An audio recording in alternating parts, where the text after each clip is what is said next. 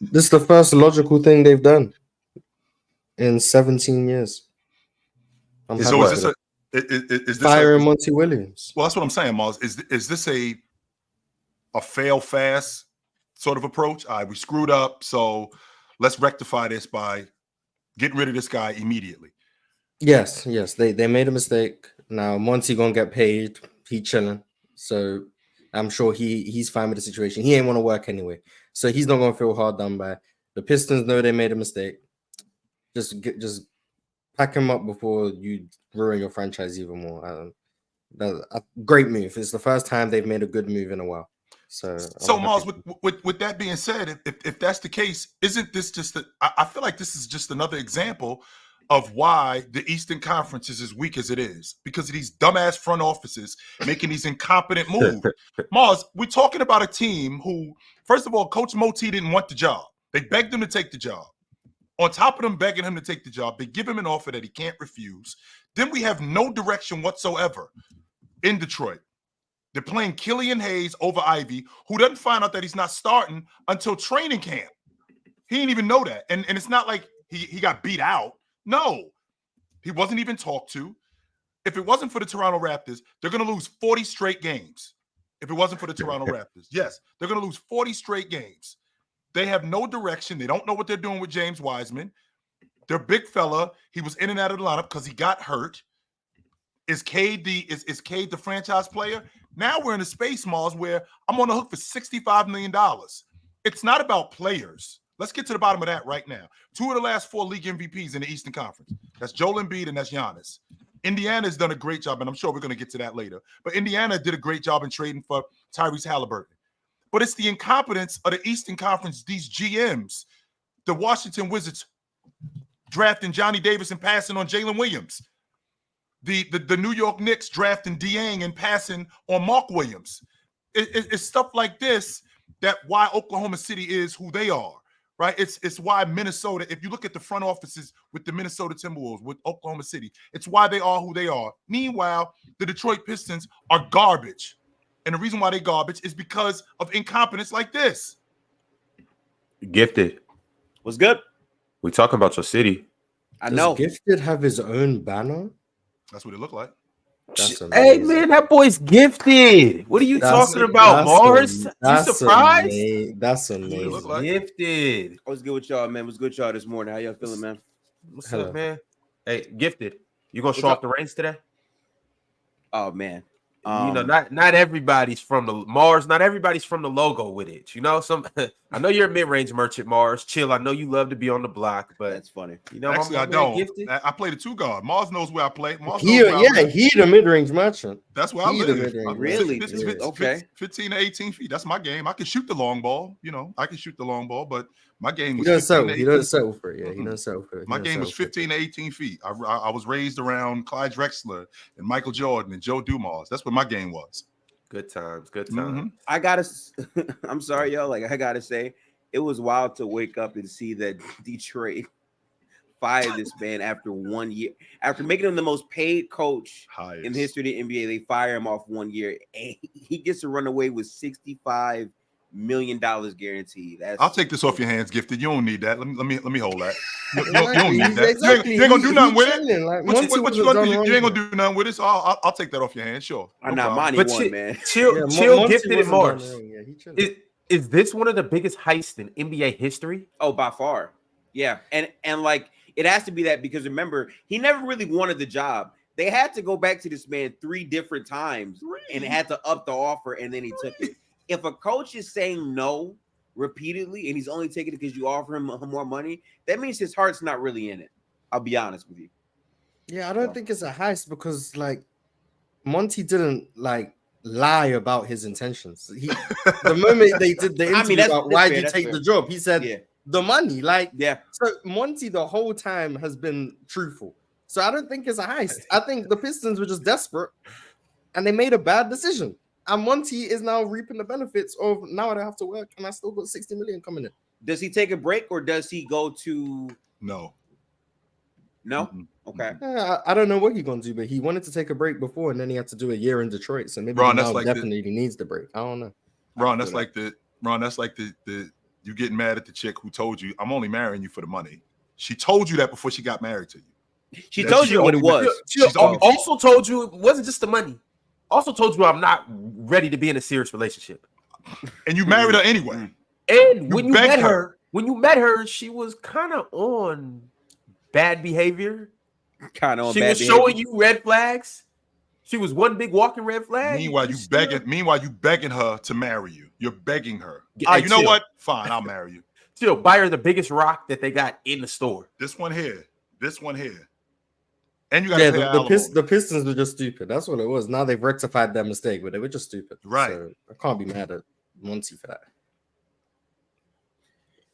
Tough times, man. Very, very tough times. While we're here, do we have any potential coaching? JJ Redick. He in LA. JJ Redick going to the Pistons would be interesting because I don't think the pressure would be on him to have to be great. And I do think he's a pretty smart guy in terms of basketball. But again, no head coaching experience does matter to some capacity. So I don't know. I can see it though. I don't know the coaching landscape to know what coaches are good. It's really James. It just gets the same coaches recycled. So I think Adelman from Denver is still up. I'm pretty sure Kenny Atkinson is also available as well. Really, I want Detroit to go get him. I think he's a good coach for young players, but we'll see. Mm-hmm. Adelman's interesting. Taking him from Denver, I mean. The Coach Borrego, like, why is he so sought after? What am I missing with him? It's not that I think he's whack. What am I missing from Coach Borrego that I don't? I think he's a good coach for young players. It's just the situation he was in was not a good situation, so he got fired because of that more than anything. I mean, he has pretty good principles as a head coach, and he has connections with higher players as well. Like Anthony Davis really wants him to be their head coach. But to be fair, he hasn't had experience in terms of being on a very good team and then having the spotlight be on him. But I do think he's a pretty solid coach. I don't think he's a bad coach. I think he's the biggest issue, like from what I remember of Charlotte fans, is when LaMelo got drafted, he was bringing him off the bench, and people were not very happy about him bringing LaMelo off the bench because who was he starting? I think he was starting Devontae Graham over LaMelo. So like they weren't happy about that. But like offensively, I think he's an okay coach. Now the personnel hasn't been great, but I think he's an okay coach. That Charlotte team, I want to say was like a top 10 offense. One of those years he was there. So I think he's a good offensive coach. For a young team, you'd probably want a better defensive coach, maybe. But I see the vision, I guess, with Borrego. But if I could, Adelman would probably be who I'd go for from Denver. But Borrego is a good coach, in my opinion. Yeah, he's a solid coach. And when he was coaching them, they were actually very competitive, even though they weren't that good. And I think that kind of matters when you're on a team that does not have talent to at least have them in a spot where night to night is going to be a competitive fight at the very least. Right now, Charlotte is not that. So to be honest with you, I actually don't mind the hire. The reason why I was asking because I don't know much about Borrego, but I like the reason why I like the hire is because we're not recycling bad coaches. Exactly. And Mars and I have actually had this conversation. I'm just not a fan of recycling bad coaches. I saw what Toronto did with Nick Nurse, and I think Adrian Griffin. I think he got the shaft. I think that. I'm not sure if he's going to get another head coaching job off the strength of what happened in Milwaukee and how quickly he was fired. Mm-hmm. Plus, with also what went on with Coach Stout, and I think that's unfortunate because I think Adrian Griffin is a damn good coach. I do. I think Adrian Griffin is a damn good coach, and off the strength of him now losing his job as early as he had, the fact that he might not be in the running for another head coaching job for a while, that's unfortunate because I think he's a damn good coach. I'm just not a fan of the whole recycling these bad coaches. So I actually like that idea. I think there's a lot of coaches who are considered good maybe because of the situation. I mean, look at Monty. If Monty had started out his coaching career, let's say with his Detroit job, would he ever get a job again? You see what I'm saying? Like, I feel like this coaching thing, we have this idea of who a coach is, but a lot of times it's really predicated and dictated by the situation that they're often given at first. As a head coach. Yeah, that's what I was gonna ask about Monty, but I'm a pause on that question right quick. And we'll get back to this in a second. I know my friend Dub is up here and he's on limited time. As you guys can see, he's headed to the beach or somewhere. Six Flags, baby. Oh, Six Flags. We outside, man. Okay, all right. Is it something that you came up here to talk to us about specifically? There was a lot of questions that was asked about where's Dub over. Yeah, number one, like, how stupid are the people in the chat? Y'all know I work a full-time job. Like, what the hell? I can't be here all the time. And then, I can't really be on the limited time that I'll be given as well. So, for content purposes. So that sounds dumb. I've never been one to duck from action ever. So it's like, y'all seem stupid. I see somebody on the chat, oh, if Dub can have his show, anybody can. Not many people try to have their own show, and they haven't been able to do that. So I don't know what the hell you're talking about, but you go try to do it, buddy. Talk to him. So, I mean, it's just weird. But yeah, I mean, I made a video. I was talking with Gifted last night. Made a video. I mean, there ain't nothing else to say. And then somebody was wrong, bro. It is what it is. I mean, I was wrong. Boston. You're right about everything. They finally. Chip, you can't be right about everything. It's fine to have wrong takes. It happens. And the Celtics finally, it took 7 years of them recycling like great teams after great teams to finally win one. So salute to them, bro. They finally got the right one. They had Kyrie, Hayward, and all these other guys, and now they had Kemba, and now they got KP and everything, and Drew. My whole thing is, from watching this, me and Gifted was talking about Kyrie and JB last night. Let's not over here gas this whole like little run.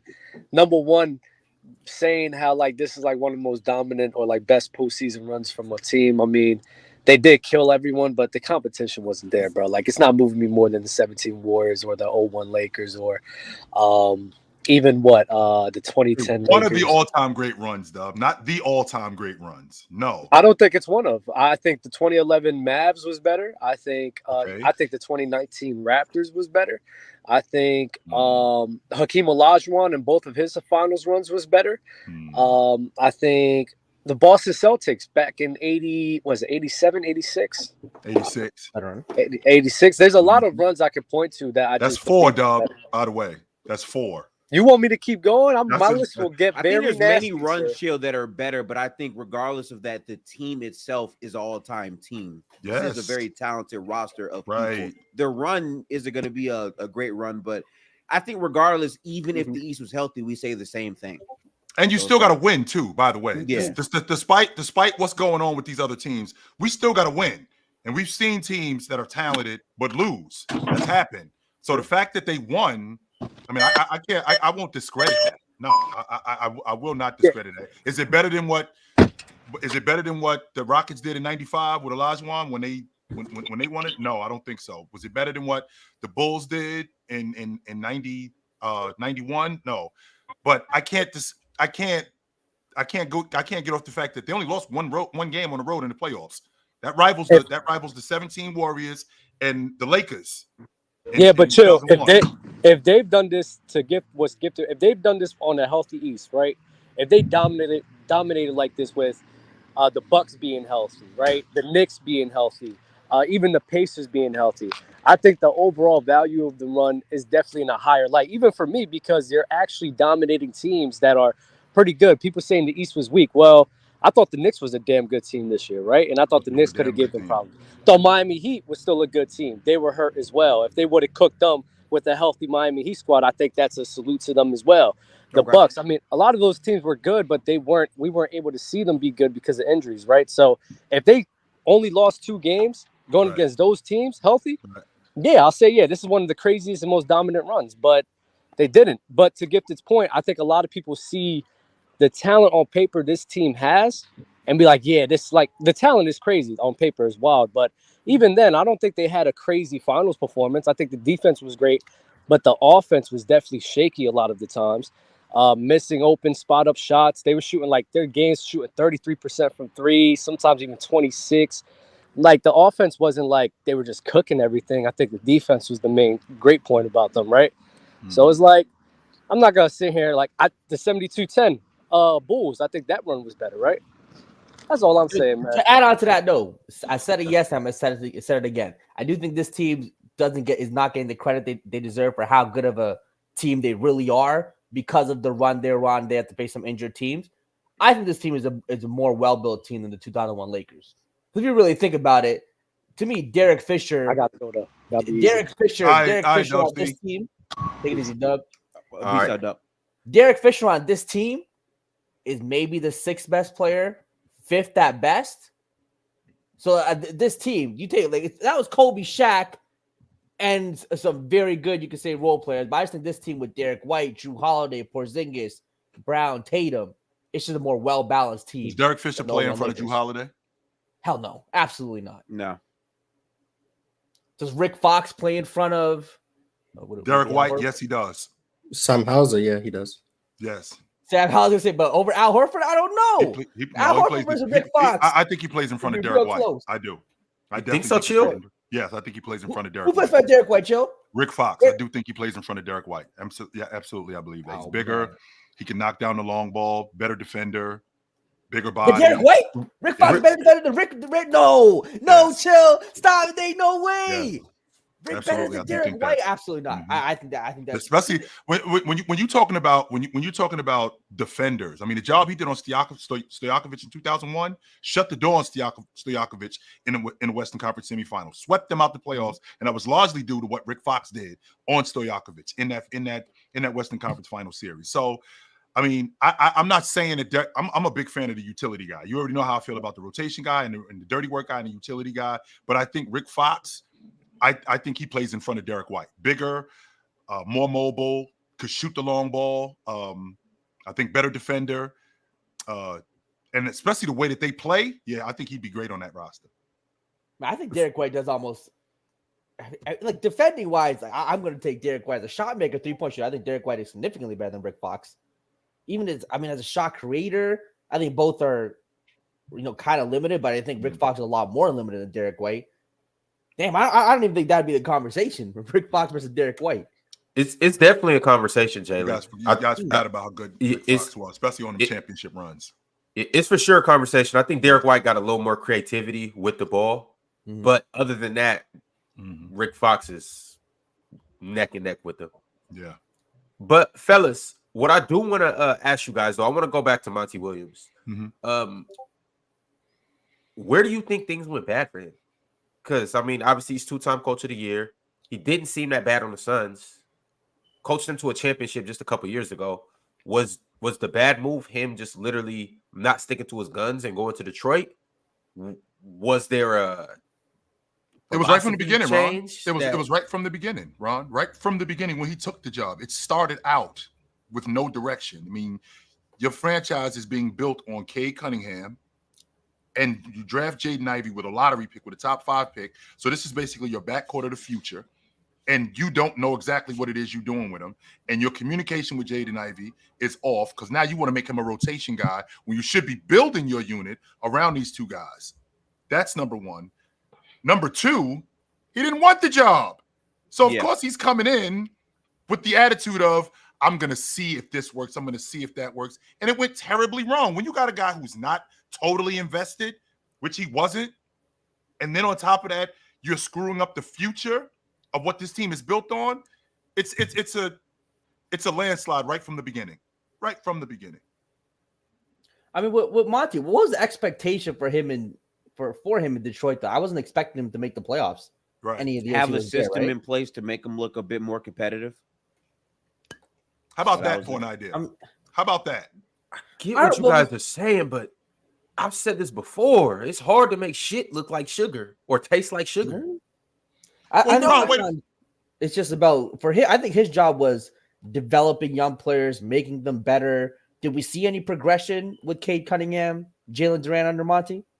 I think Cade got better off his own volition, if I'm honest. I got you. If Monty's plan was give Cade no spacing so that he has to become a great shot maker, then yeah, he's not gonna work. Yeah, but no, I think Cade became better off his own volition. Jalen Duran still can't guard anything, so I don't know what he's 19 though, so he'll be all right. Yeah. James Wiseman still can't guard anything. He was using Asar Thompson as a spot-up shooter. Like, I just don't think he cared, to be honest. And I mean, maybe 10 years down the line it will come out that he really just didn't care. So that's why I'm out with it. I just don't think he cared for the job. So He got fired. He's gonna get paid. He chilling. And the Pistons gonna replace him. Yeah, so like I don't think it's that much of a big deal for both parties. The Pistons, they lost a year of development. That's unfortunate. But now they can actually get a coach who wants the job and wants to develop the young talent they have. I think it starts with Cade, Asar, and Jalen Duran. I don't know where Jaden Ivey fits. Maybe they can make it work. I don't know. And then whoever they take at 5 this year. But Mars, they've got the building blocks. Sure, Mars, but the problem that I'm having is the money matters, especially when you're talking about building around young players. We're not going to be able to attract free agents like that. Detroit is not a hot spot for free agents. So one, we got to draft right. 2, we got to retain our free agents, and we need money to retain our free agents. So giving a coach who doesn't want to be here $65 million. Now we on the hook for $65 million. That's $65 million less that we have to, one, attract more free agents and keep our current free agents. That's bad business. That's terrible for the Detroit Pistons. Does it go against their salary cap, coach's salary? No.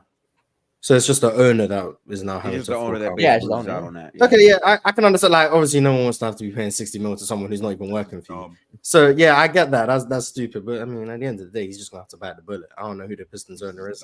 I mean, when you move on and you bullet. add a new president, you're basically saying we're moving in a completely different direction. And my thing is like, you're gonna criticize them, rightfully so, because it's like you're overpaying for this guy that didn't want to be there. But at the same time, if you're just not gonna admit that you were wrong to just have him there for, like, that's also not making you better either. So it's like, regardless, you're gonna have to cut bait at some point.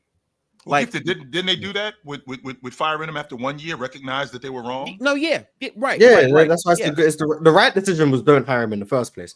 But at the end of the day, what's the saying? The best time to plant a tree is 20 years ago. The second best time is now. So the mistake had already been made. So you can't go back in time and unhire him. So at the end of the day, you just gotta cut bait as soon as possible. So they made the right decision after the wrong decision. So shout out to the Pistons. They gotta start giving these coaching. They gotta start giving these coaching contracts, those football contracts, guaranteed 3-4 years. After that, the money isn't necessarily guaranteed. I mean, that's tough.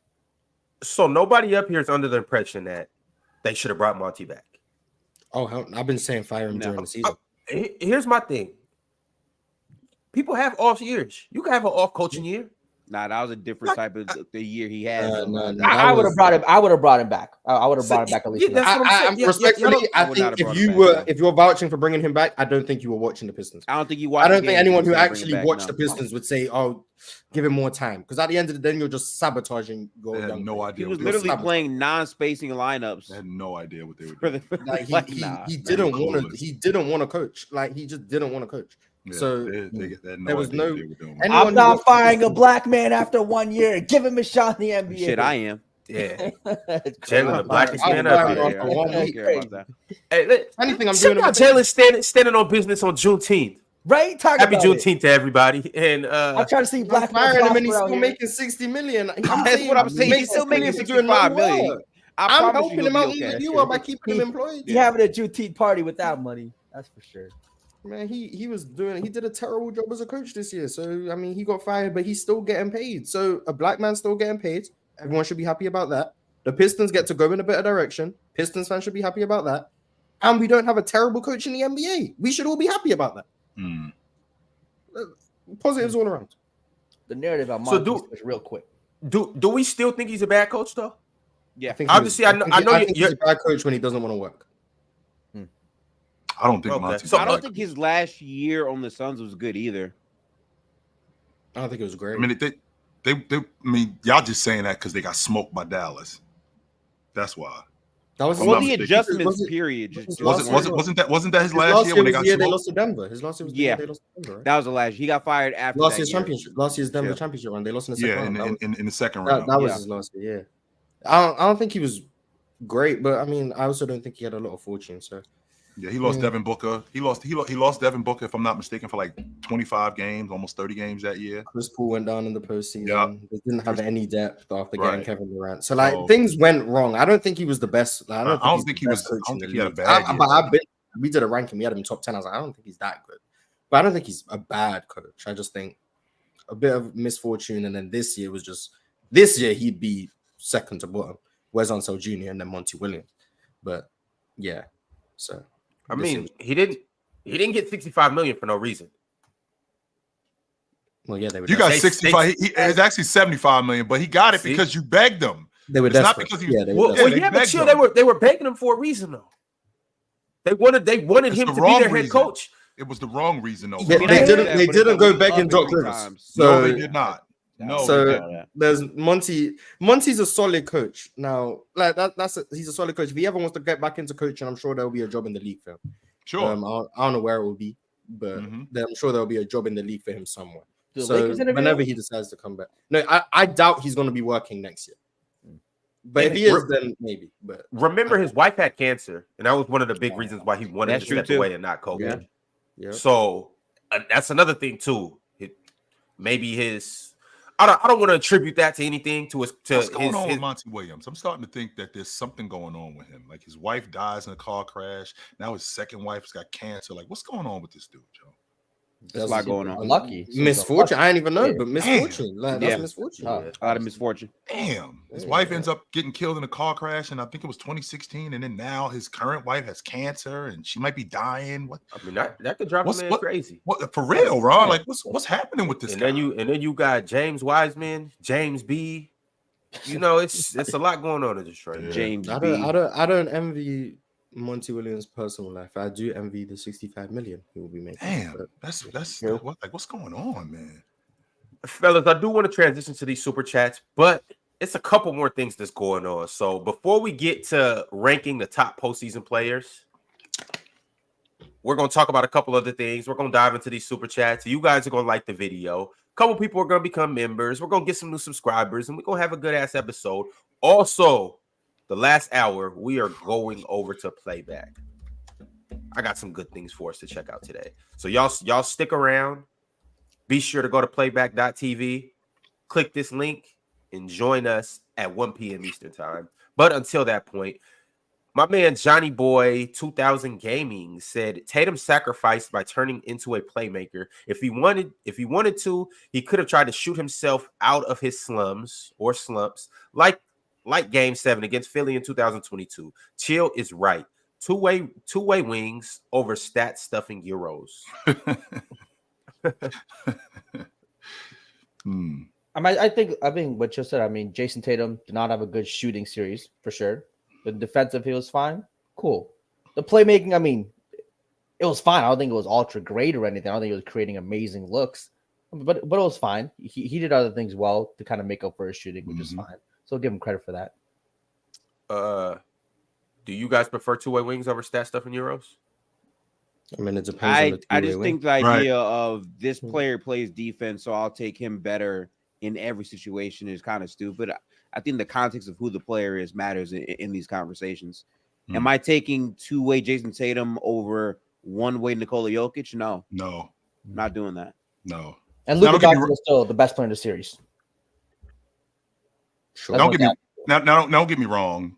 He could have shot the ball better, but his playmaking, his ability to get guys open looks, and how the defense collapsed when he was getting paint touches, to Mars's point, when you got 2 and 3 guys on him, you have to knock down open shots. Not only do you have to knock down open shots, you have to see these guys too.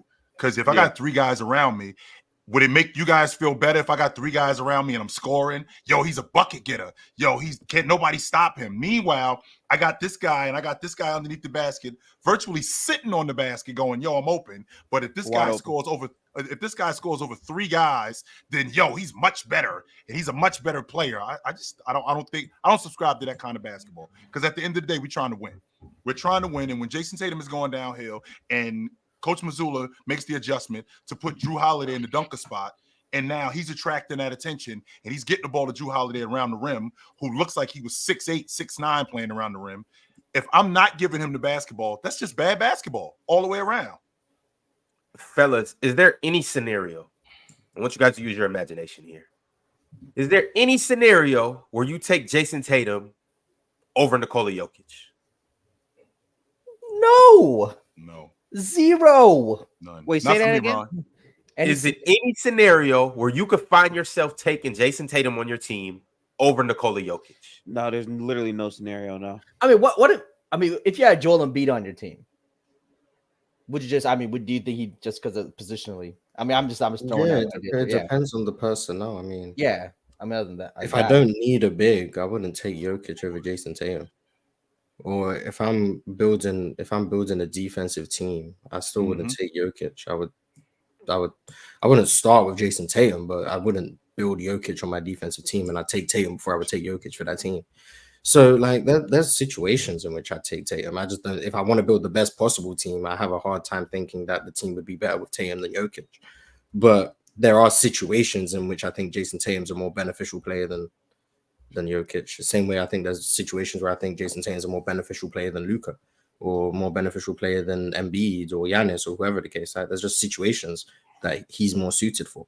That applies for a lot. That's why I like this year, because I think what it should show is that, hey, having the talent matters, but having a good roster matters more. Roster construction should be the number one thing we talk about beyond just how good these individual players are, right? Tatum doesn't have to shoot above 49% true shooting when he has a roster around him that can make up for him, and even Brown sometimes not having strong games, right? Like Jrue Holiday being able to give you 30 points, Derek White being able to hit a ton of threes, Kristaps Porzingis being able to give you a 20-point first half, right? Like that variance of their guys with all of them being able to play defense is why they won. The Finals MVP to me should really show you just how much of a team effort win this was overall for the Boston Celtics. Brad Stevens for Finals MVP. Also, there's reasons to be optimistic with Jayson Tatum. Like he's not as bad of a jump shooter as he was in the postseason this year. So if Boston are able to run through the playoffs, albeit injuries and easy run, whatever. But if Boston are able to run through the playoffs with Jayson Tatum being unable to make jump shots on a consistent next year, I think it's reasonable to say he's gonna remember how to shoot. So Boston are probably gonna be better. Like he shot 30% on jump shots in the playoffs. And they're bringing the core back for the most part. Like their team is going to look pretty much the same next year. Yeah. Like that's not Jayson Tatum is not a 30% jump shooter. So no, he's not. He's better than that. There's reason to assume that will be better. So he's better at the long ball line. He's better in the mid range. He's better than that. Much better than that. Speaking of Jayson Tatum, he's eligible for the biggest contract in NBA history. Now his teammate Jaylen Brown has it right now, but he's eligible for 5 years. $315 million. And they're saying that this summer that's going to get inked. Of course, he'll get the full max. He's eligible more than what Luka will get, because Luka has the first team All NBAs. I think an MVP award gets you. I think Luka might get more. I think something. I believe like the first team All NBA award. You know that Jayson Tatum was first team. I was about to say, that Jayson Tatum was first team All NBA. Tatum was too, to be fair. Jayson Tatum was first team All NBA too. So, with that being said, and the great part about it is the great Red Auerbach, like you just talked about, Ron, about the fact that he's getting this kind of money. That's why the bird rights was created, so we can pay our free agents what we can pay them, and we don't have to worry about going over the salary cap, because their money, when the salary cap, their money, when you go over the salary cap, it doesn't count as much as others do. Plus, Jaylen Brown's deal doesn't kick in for another year. So it's not like Jaylen Brown's deal kicks in next year. No, Jaylen Brown's deal doesn't kick in for another year. Jayson Tatum still got 2 more years on his deal. So when he signs that deal this summer, he still has to play out the existing 2 more years on his deal. And then that contract kicks in 2 more years after that. So now you got the NBC deal coming up, which means that's more bread, which means the salary cap is going to go up even more. So I don't think it's going to be that big of a deal. Yeah, I'll see. Like you said, with the NBC, the new deal coming out, caps going up. I saw that Wemby's expected salary is going to be like 95 million, 97 when they expect him to sign. So this, I think he said he'll get 315 for 5. So 40, 24. That's 60 million. Yeah, that'll be a bargain. That'll be a bargain in a few years. So I mean, you give him that all day, every day. Give him the max. Just like Jalen Brunson. He on the books for 25 million. Yep. One of the best contracts in the league, if not the best contract in the league. Which, by the way, Gifted, when he signed that deal, there was an uproar. What? Which you gave this dude to me? Like, that's not a bad deal for Jalen Brunson to me. It was a great deal. But at the time, it was like, you guys must be crazy. What are you guys thinking? Signing this dude. And let Jayson Tatum celebrate his championship in peace. The amount of hate I've seen, even the 2 days after, anything he does. Let them keep hating, Jalen. Keep hating, but eat it, suckers. Eat it, haters. Every last one of y'all. He did what you dude said he couldn't do. He did what you dude said he wouldn't do. He did what you dude said that you were afraid that he would do, and he did it. So eat it, you chumps. Eat it. Every comment I see under a post of it is like, "Oh, he's trying to be Kobe. He's trying to be Garnett. He's trying to be this." I just feel like he's celebrating. He's just genuinely celebrating. On opening night, there's going to be a ring ceremony and there's going to be a banner hung up. Banner number 18. Eat it, haters. And on top of that, he's going to have $315 million at the end of his 2-year contract that he still has remaining. Yeah, he's chilling. Hey, I think got a baby on the way. Hey, with who? With who? Baby he's winning right now. Wow, baby on the way with who? With who? The elegant LMA. Thank you. That's a win everywhere. I'm sorry, I'm not tapped into social media like that. Who is LMA? Oh, hey, chill. That brother's winning. Beautiful. Yeah. You just don't put it like that. That brother is winning. I need you to Google her. I need you to Google LMA. All right, ELMAI.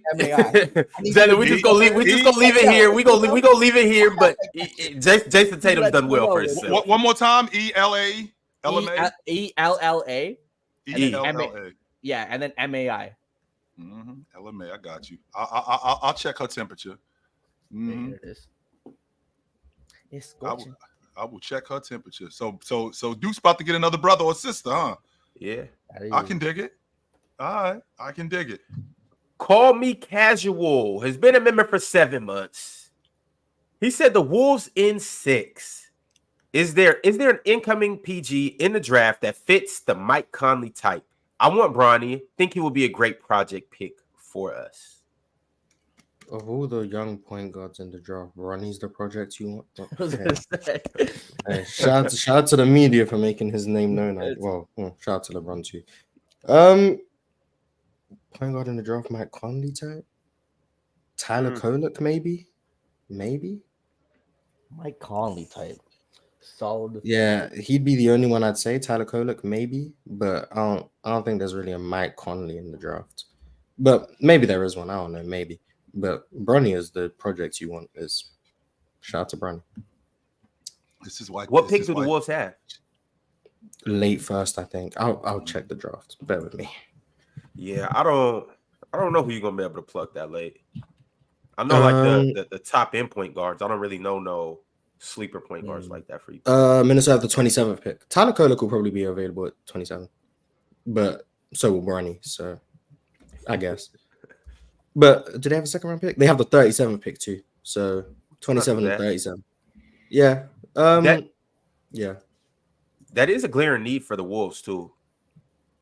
Well, they gotta get somebody in there to replace Mike Conley here like yesterday. How old is Mike Conley? 38? 36. Okay. So he'll be 37 next season.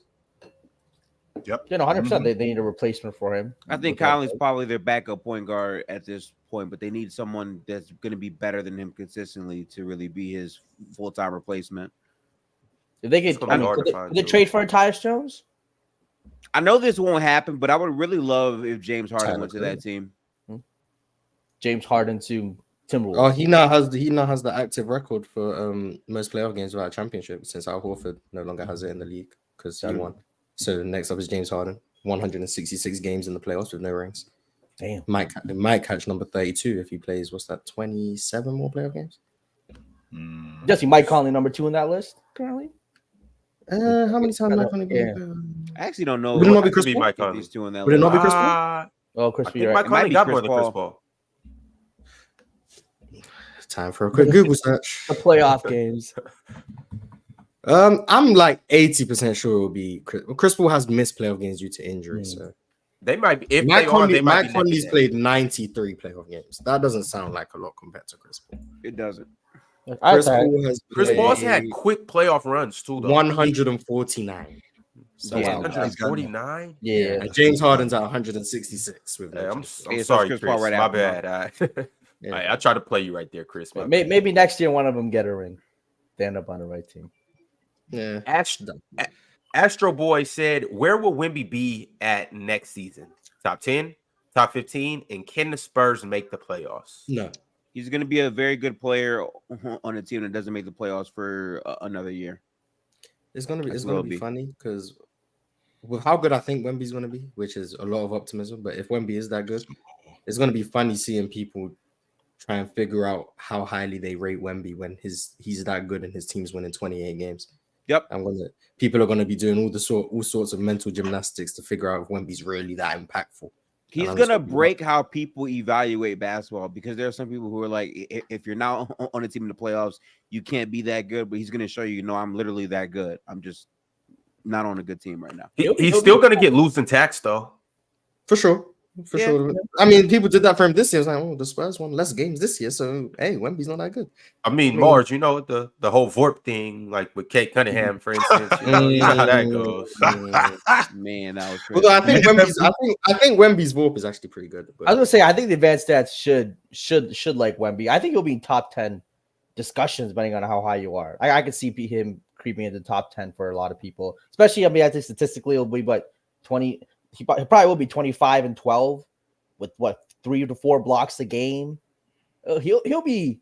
I mean, that was better than Anthony. Yeah, better than that. I'm trying to think. What was the jump Anthony Davis took year 2? Did you go like 20, 22? 20. Okay, yeah, about like 20. But that's 2013, so Yeah, game was a bit different. No, yeah. So I would say 100% top 10. I mean, people will be like Wemby versus. I'm thinking, look, after that 4, like we mentioned. Shoot, Wemby versus Anthony Davis might be a conversation next year. People might have that conversation next year. And Anthony Davis, I think, is unanimous top 10.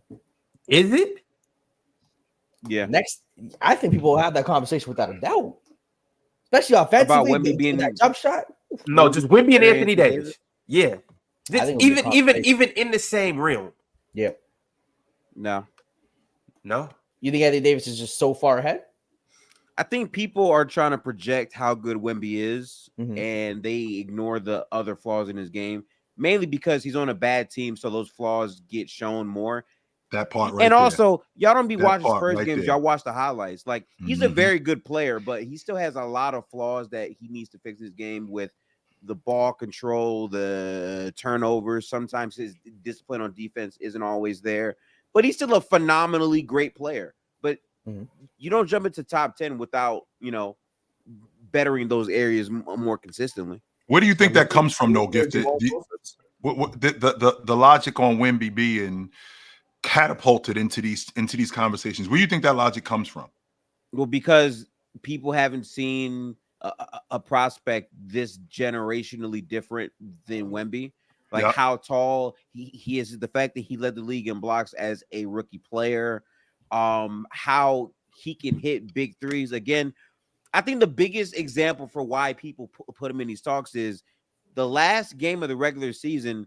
Denver was trying to beat the Spurs, and Victor gave him 40, basically. Like, that type of impact, a lot of people just haven't seen. I think that they're trying to turn him into something that he isn't yet, off the strength that he's the number 1 pick in the draft, and they want him to be a generational talent, which I think he's going to be.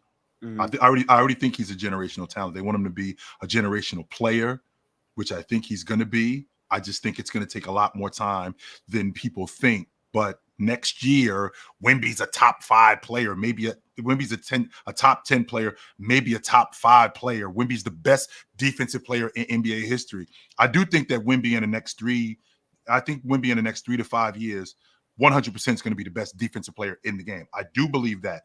But what I don't want to do is I don't want to talk about him and rush him into something that he isn't yet, off the strength of what I think he's going to be. No, I don't want to do that. Can he be the best defensive player next year? In the league? I think he's top this year. Hey, I don't want to say he's the best in the league this year, but just so we clear, this year he's in the conversation for DPOI this year. And that award, obviously, and so we clear, teams make adjustments, right? So a team will see teams. They've never seen Wemby like this. So now next year, now we know what kind of defender he is. That's not to say that he's not going to improve, because I do think that he's going to improve. I think he's going to get better closing out. I think he's going to get better. His ability to block shots at the rim, and he doesn't foul as much for a rookie as I thought that he would. But with that being said, there's also going to be teams that are going to exploit they're gonna exploit the things that he doesn't do well as a defender. So I mean, I did watch Manute Bol lead the league in blocks his rookie year. Just so you guys know, he finished second in defensive player of the year that rookie season. He never finished higher than fourth after that in his career. After that, and that comes from teams adjusting to the type of rim protector, shot blocker, and defender that he is. And I think the teams are going to do that with Wemby. Now, does that mean that Wemby's not still going to be great? But no, I don't think that. I just think that teams are going to adjust to Wemby, and I'm interested to see how he's going to adjust to that. Mars wants Wemby top 5.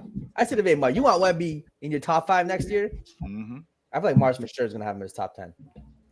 Well, I told you I don't do rankings anymore. After the top 4, I don't know where anyone is. I just think Wemby gonna get into that group with the top 4. I don't think that's crazy, bro.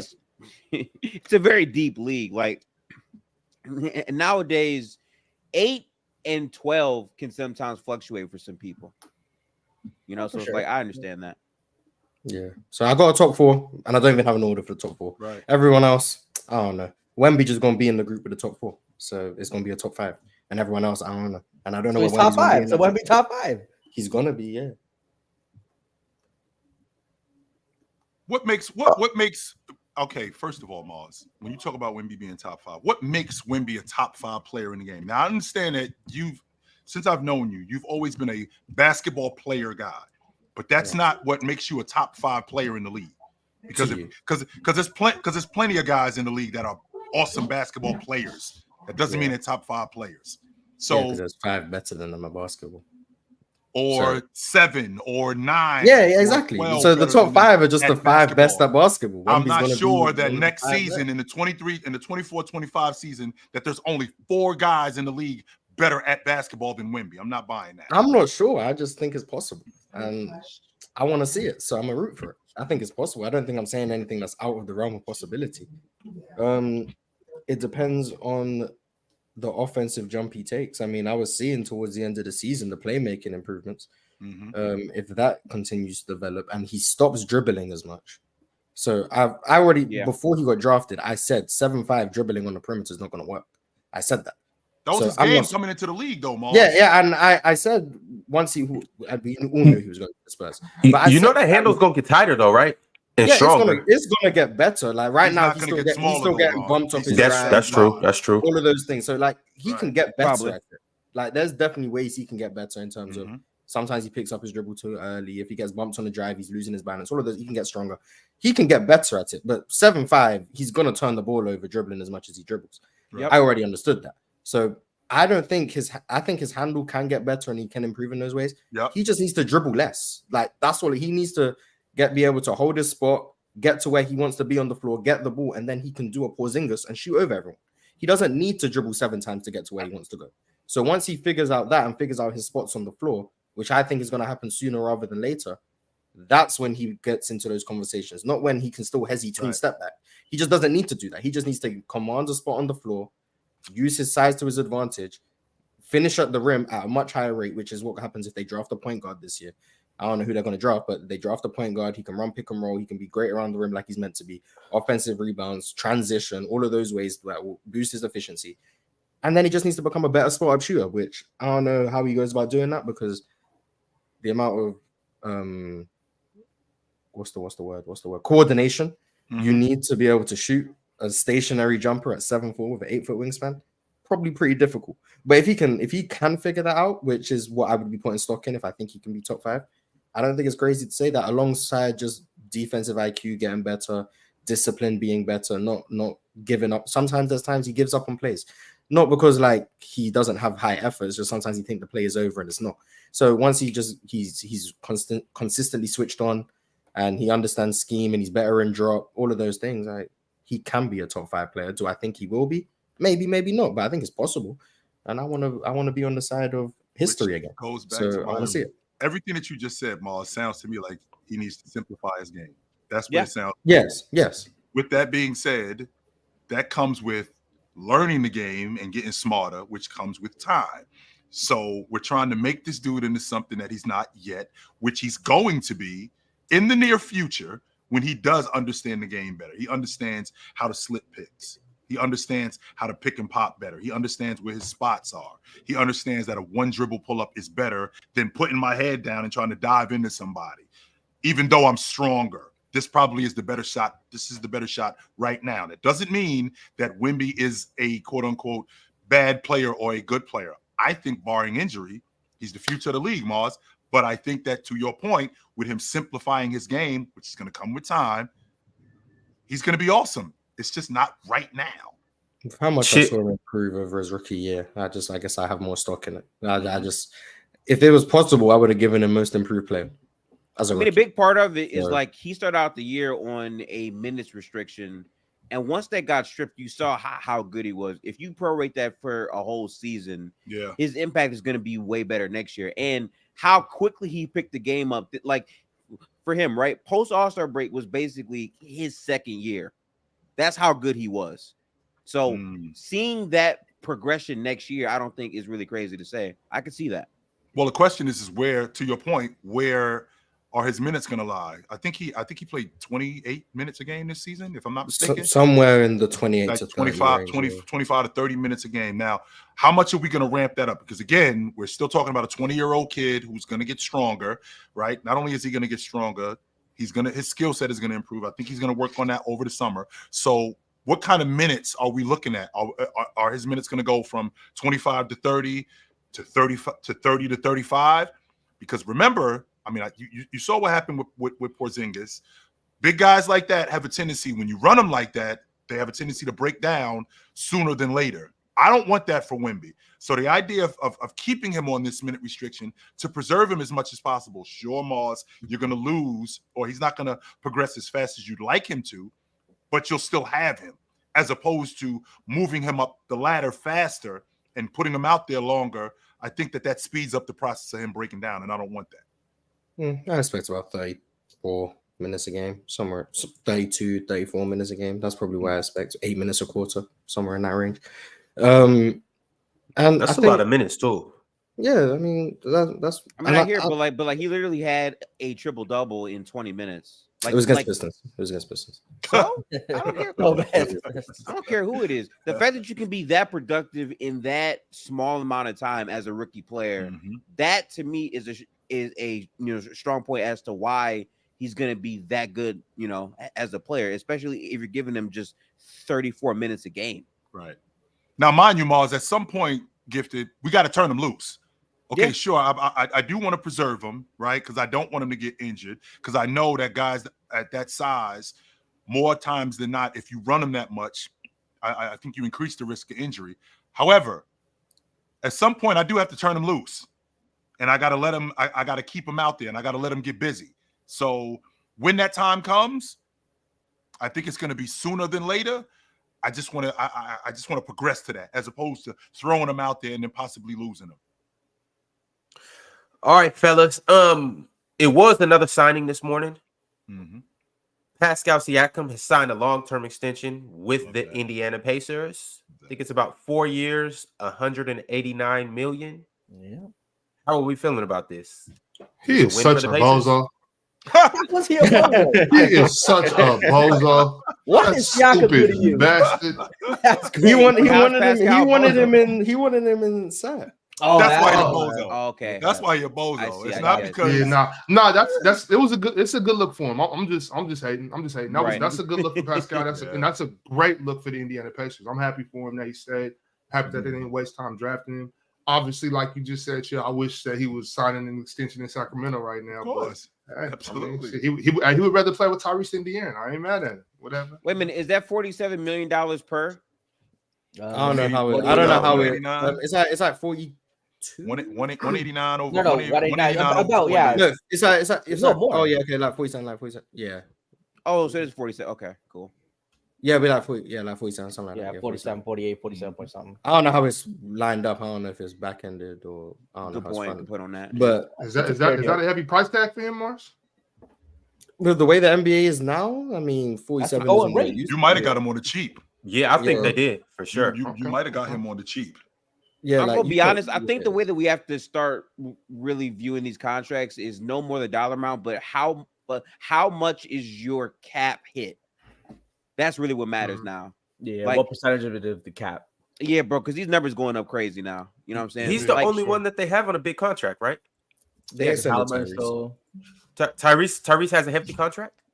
I I don't think his contract is they, that big. they extended him. I don't know how much it's. I don't know how much it's for. but I know they Tyrese. extended- I'm pretty sure it's- Tyrese got the Supermax, didn't he?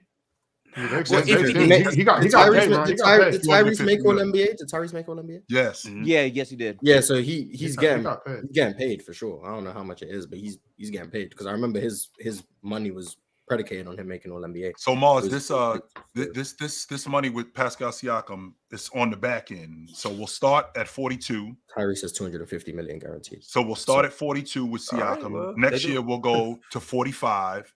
Then the year after that we'll go to 49, and then the last year of the deal we'll go to 52. Oh, so it's what Tyrese got, but Tyrese has an extra year.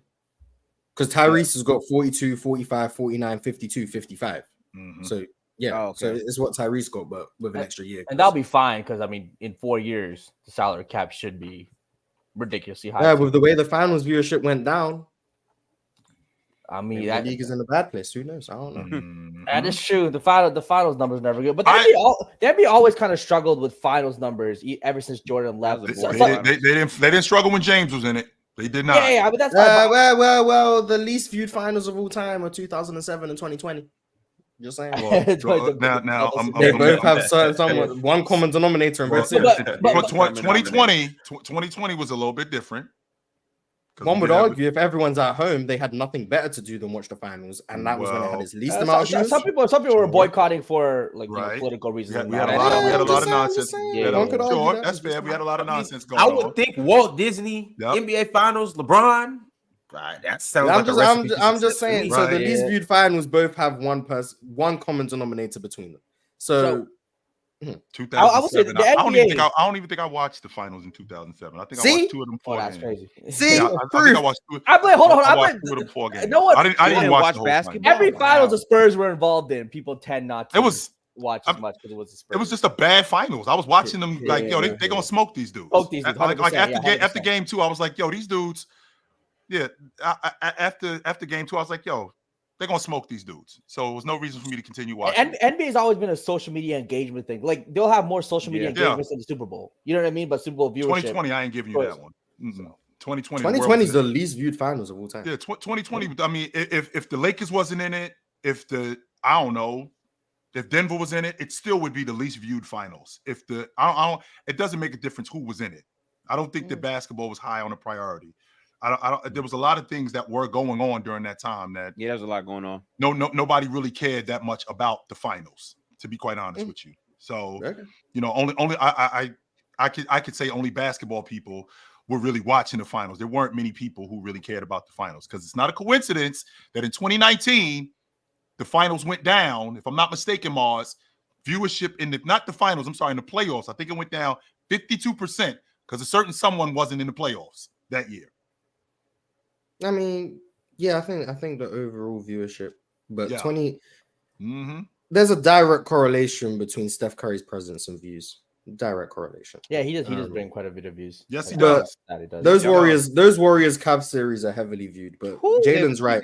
The most viewed finals game ever is that 98 game. 98? So, Game 6. Mhm. yeah, Game that 6. series in general, the numbers that was pulling is clearing Mhm. everything. Hey, Mars, John Stockton.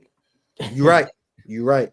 Well, but I mean, Right. also the 90s were kind of like the peak of. I mean, technically, I think like 70, but they were like Yeah, peak the TV 94 and viewership. 95 finals have a drastic viewer count compared to 96, 97, and 98. Mhm. Yeah, I know what I'm saying. So the 90s, like that was probably some of the peak like TV viewership before the internet came in. People had other options. Everybody was circling around their TV as a family and would watch. Whether TV, look at like TV show finales too. They were just higher in the 90s, 80s, and 70s than they were in the 2000s, 2010s, Yep. and now 2020s, right? Just nature of the beast. Also, too, do they account for people streaming the game? No. Like, and I'm Streaming- talking no, about they streaming don't. like playback streaming and stuff like that. Yeah, no. Do they account for that? No. I don't think so. I don't know. I don't know. Could- But if- if you want to if say they the don't, I rise think of it's the drastically illegal higher. streams is Yeah, That the too. legal the streams. rise No, of the illegal streamers. Yeah, there's probably going to be That's less literally in the illegal culture streamers. of basketball right now too. Like That's a what I'm lot of saying. people who watch the shit illegally. yeah. So that definitely contributes to the lower views, 1000%. But You'd be surprised how many people that just doesn't watch exist off for of like 07, Twitter. so there's no explanation for that one. A lot of people just watch games off Twitter. You'd be shocked the amount of people literally just watch. That's games a on thing Twitter. too. That's 100% the thing. And y'all stop watching the panel illegally. The only legal way to watch the panel is to subscribe and like the video. Oh, you sure seen that? There's fake players' choice accounts on TikTok that be trying to scam people. They be following me and stuff. That's actually hilarious. I didn't know that. What they be trying to scam people out of? I don't know. They be having like a weird link in their bio, and it's like, "This is the real players' choice account." I'm like, "What?" It has 0 followers. I'm like, okay. And then they be following me. I'm like, okay, weird. You ever click that link, Mark? Hell no. That link will take your credit card information, no, security number. I fell for that, Mark. Damn, bro. All right, y'all. Trey Musa Gaming's been a member for 3 months. He said Lonzo healthy on the Wolves would be perfect. Oh, I would love. Yo, I'm glad he brought that up because I would love Lonzo on the Wolves. I might be in a minority. Moss, LaMelo Ball. This is my last season with him. He gets hurt again, I'm out. I mean, that's not crazy to say. Both of them do be breaking down. I'm out. Yeah. OUT. I'm out on him. Which is fine. I It's don't been think a that's few crazy years to say. now. Yeah. He's had back-to-back years of injury, right? Yeah. He said he's feeling better, so hopefully he comes back. Last year was like the year he seemed to be figuring it out too. I mean, I'm still not like as high on him as like other people because as a scorer, I think he relies way too much on floaters from 18 feet. But I think he was figuring it out. I hope he can stay healthy next year. I'm curious to see what Charlotte can do. Him and Brandon Miller and whoever they draft at 6. I'm curious to see what he can do. LaMelo is 22. He's gonna be 23 next year. Kid, chill. Like you can't. I'm out. I'm out. No, I get what you're saying. Chill. Three straight years. No, chill. I get what you're saying, but he can easily run off a 10-year run of very good play, or he can continue, or he can continuously break down like he's been doing. That could happen. He's a baby though. Chill. Like Steph was breaking down like this too, right? Not like this. No, he wasn't. Steph's injuries are overblown. He missed there was 1 year. He was missing like 6 or 7 games. There was 1 year 10 games, stuff like that. Down. Every other year was like, meh. Gotcha. I knew it was. I want to say 2011 or 2012. One of those years, the year he was just breaking down. But every other year, he was relatively healthy, just ankle tweaks. But there was 1 year it just wasn't working. But he was. But a healthy Lonzo. I'm on record saying that I wouldn't mind him in San Antonio, even though I think that their point guard is in the draft.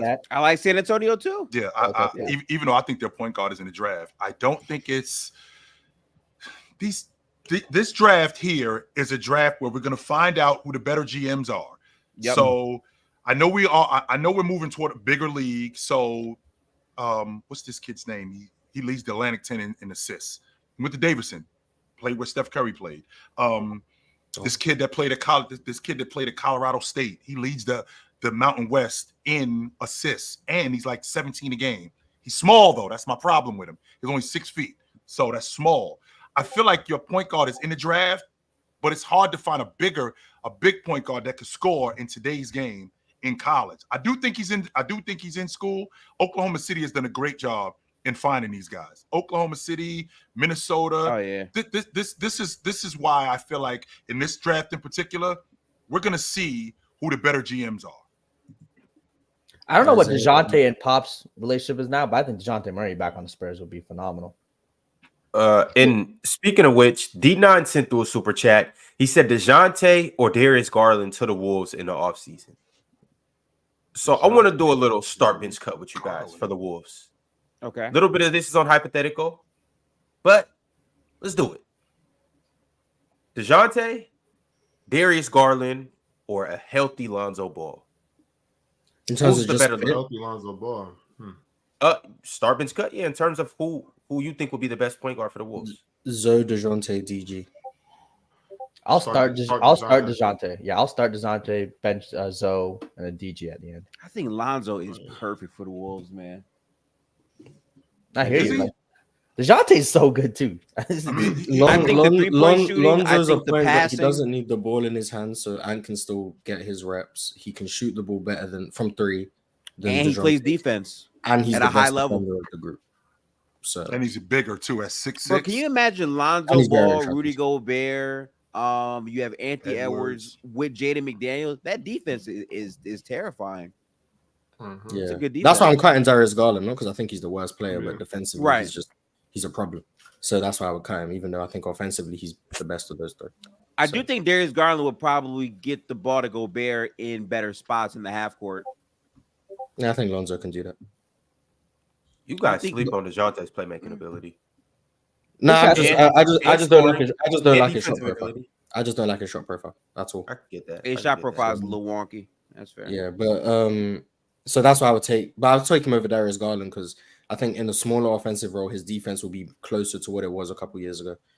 And I do like his passing ability. I do think he's more reactionary than like Lonzo and Darius Garland are, but I do like his passing ability, and he can rebound, he can push the pace. So yeah, he'd be my second option. But for a defensive team like the Wolves, I'm taking Lonzo every time because defensively, I don't think you guys know how good I think Lonzo was defensively. Lonzo, he was on his way to being an all-league defender. He was on his way to doing that. On his way to be Jrue Holiday. Lonzo was going to be one of the best guard defenders we've seen in like the last 20 years. Lonzo and Caruso were they were floor raising a top 5 defense with Vucevic, Levine, DeMar DeRozan. Yes. That's how good they were defensively. Like, I mean, bro, they threw a monkey. Him getting hurt through a monkey wrench. Billy everything that they was doing. 100% chill. Him getting hurt through a monkey wrench and everything that they were doing. 100% on that. I do think that Darius Garland's offensive ability is, it should be spoken about too. I'm not mad at him on the Timberwolves because I mean it's not like they're replacing a hell of a defender anyway. You know what I'm saying? So the Wolves defense is already solid. I wouldn't be mad at the Darius Garland coming off the bench in the star bench cut. Honestly, and you start Dejounte? Sure. Or quick question for you. I'll start Dejounte. Sure, Mike Conley's a little long in the tooth, and now he's not the defender that he used to be, but still savvy enough as a defender. Yeah. Is that enough to supplement him? Kind of like what's going on with Al Horford in Boston. Darius Garland? Yes. Yeah, I mean the you take the IQ away though, definitely, but that's gonna have to be where the other vets step up and do their job as floor generals. And Edwards has to continue to be in the film room. He has to continue to to be around other coaches, other vets, and just learn more about the game so that he can relay that to his teammates. Cat got to step up more as I'm finally over that young role. Now I'm the elder statesman over here. Now this is where I do my thing in the locker room. You know what I'm saying? That's where Al Horford. My bad. I can't stop Al Horford. That's where Cat got to be now. So I think if Mike Conley is gone, if you add any 3 of those guys that Ron said, including the healthy Lonzo, who I'm just hesitant about honestly, just because I know Ron said like a healthy Lonzo, but I just don't. But like he might not be the same as he was. Yeah. I highly doubt he's gonna be what he was. Like highly doubt. I just hope he is. But I miss Lonzo though. I love Lonzo's game. I love watching him play. I always had Lonzo over LaMelo. You know what I'm saying? So I like Lonzo's game. I just really really like Dejounte until he starts thinking he's Kobe. But he won't have that. He won't have that issue with Minnesota. I think Dejounte in Minnesota would thrive. Like I don't want to catch the ball and turn up the court. And oh shit, that's Dejounte Murray and Anthony Edwards right there. You know what I'm saying? And then Jaden McDaniels right behind him. Rudy Gobert over there. I don't want to turn around and see that. I just feel like we were talking about. Hold on, coach. Hold on, coach. I got a dentist appointment, dog. I got a dentist appointment. Yeah, like I just feel like the Wolves' identity has been defense first, and the reason why they lost is that their 2 best players offensively couldn't play at their level. That was the difference. Defensively, they were pretty solid. If you add Lonzo Ball to that, you're doubling down on that defense, and you're giving them another great volume shooter. To me, that really raises how good this team would be. Also, I think money-wise, he's probably the most realistic guy to get because after his last year expires, I don't know if the Bulls are going to be trying to bring him back for high money. I don't know. I think Lonzo is going to probably be a player you can probably get. I want to see if he can play. How about that for an idea? I want to see that too. Yeah. Can we find out if he can play before we talk about how good he is? My man, can you even play? Let's see that for an example. He'll get a short-term deal. He won't get a long-term deal by any means. Well, it depends if he plays great next year. Oh, I mean, yeah. If he plays great, I doubt it. But if he does, then he'll get something lengthy. Pause. Agreed. Adam West has been a member for 7 months. He said, take this guy Early's privileges. He should not be a mod or a voice in this community.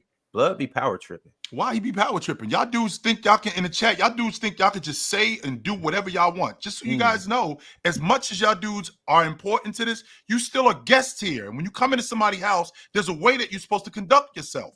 That's what the mods are for. The mods are for you conducting yourself in a certain way. I wouldn't walk into your house and just talk to you any old way, because if I did that, the first thing that you would say is, "Hey, my man, if you don't take your feet off my couch, you got to get your ass out." It's that simple. Chill. You right 100%, but that wasn't the case here. I was like, no. Remember to take off your shoes when you come in the house too. He tripped because he came in the house and he said he got grape soda, and I said, man, I actually prefer strawberry soda. I'm fine, thanks. I said, fine, get out. Thanks. All right, if I got to, all right. I gotta go now. Okay. Aiden Reyes became a member today. Shout out to Aiden. Also, we got a super chat from a very unpleasant guy, but we just got to put up with him. Speaking of dealing with guests in here, chill. Almighty Scambo, he's been a member for as long as I can remember. Scambo. And I'm willing, will this guy get the hell out the house? But he's here. He said, El Bozos, Elron, protect the chat from Stalin F. Boston. St. Early Stalin. Valid. All right. Super chat from another unpleasant guy, but well, we have to deal with them.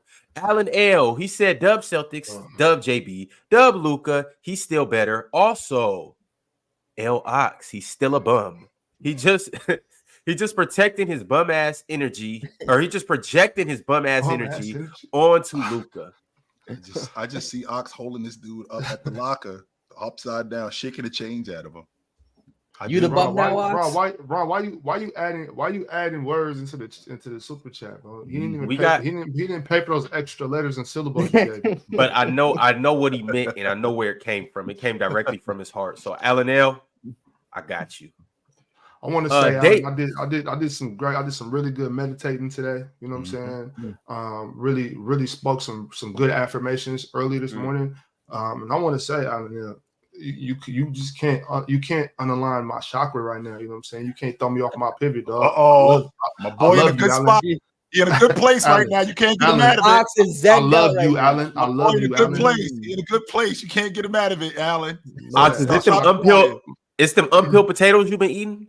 It's gotta be, bro. I told you them potatoes, they're good. They're good for your spleen, bladder, skin, fingernails, and toenails. So, you know what I'm saying? My chakras are aligned, bro.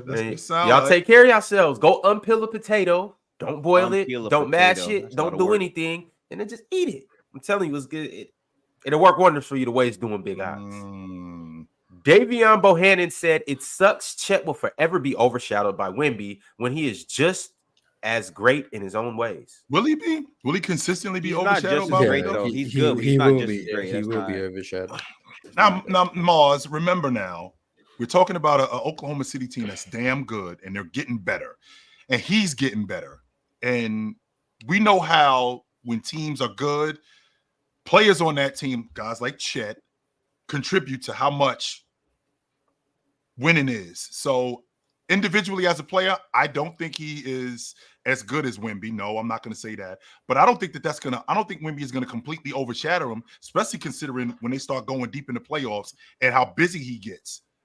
I think that there's going to be more of a spotlight on him, especially this year, considering how much he opened up. A lot of that, I'm already on record. A lot of the reason why they did what they did this year was because of Chet. A lot of the reason why they did what they did this year is because of him. No, not to the masses though. The masses just give the credit to Shea, and Chet didn't even make all defense this year. Which I would have had Chet all defense probably, but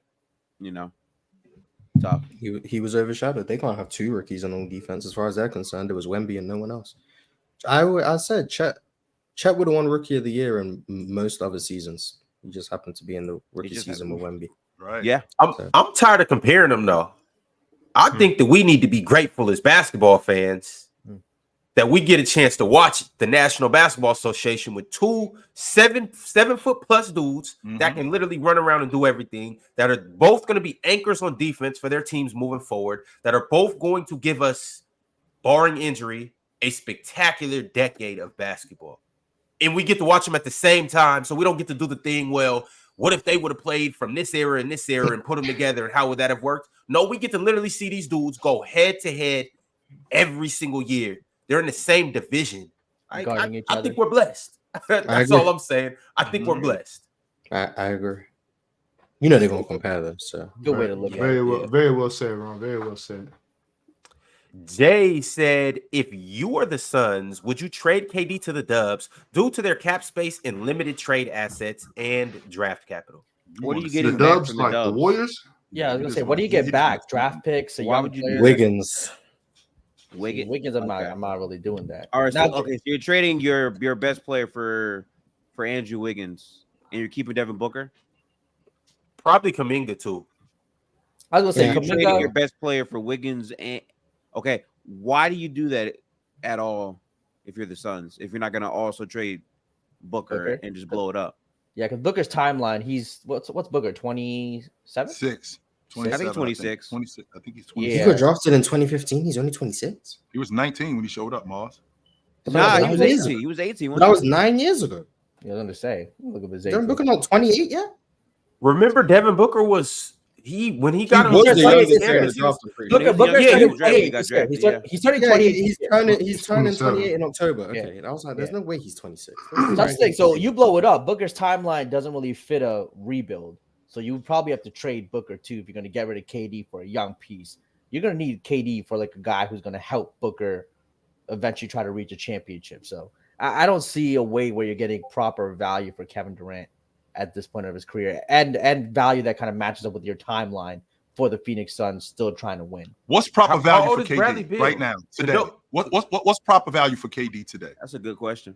Because just so you know, he's going to be 36 on opening night. What's proper value for him? 100%. KD is still 27 every given night.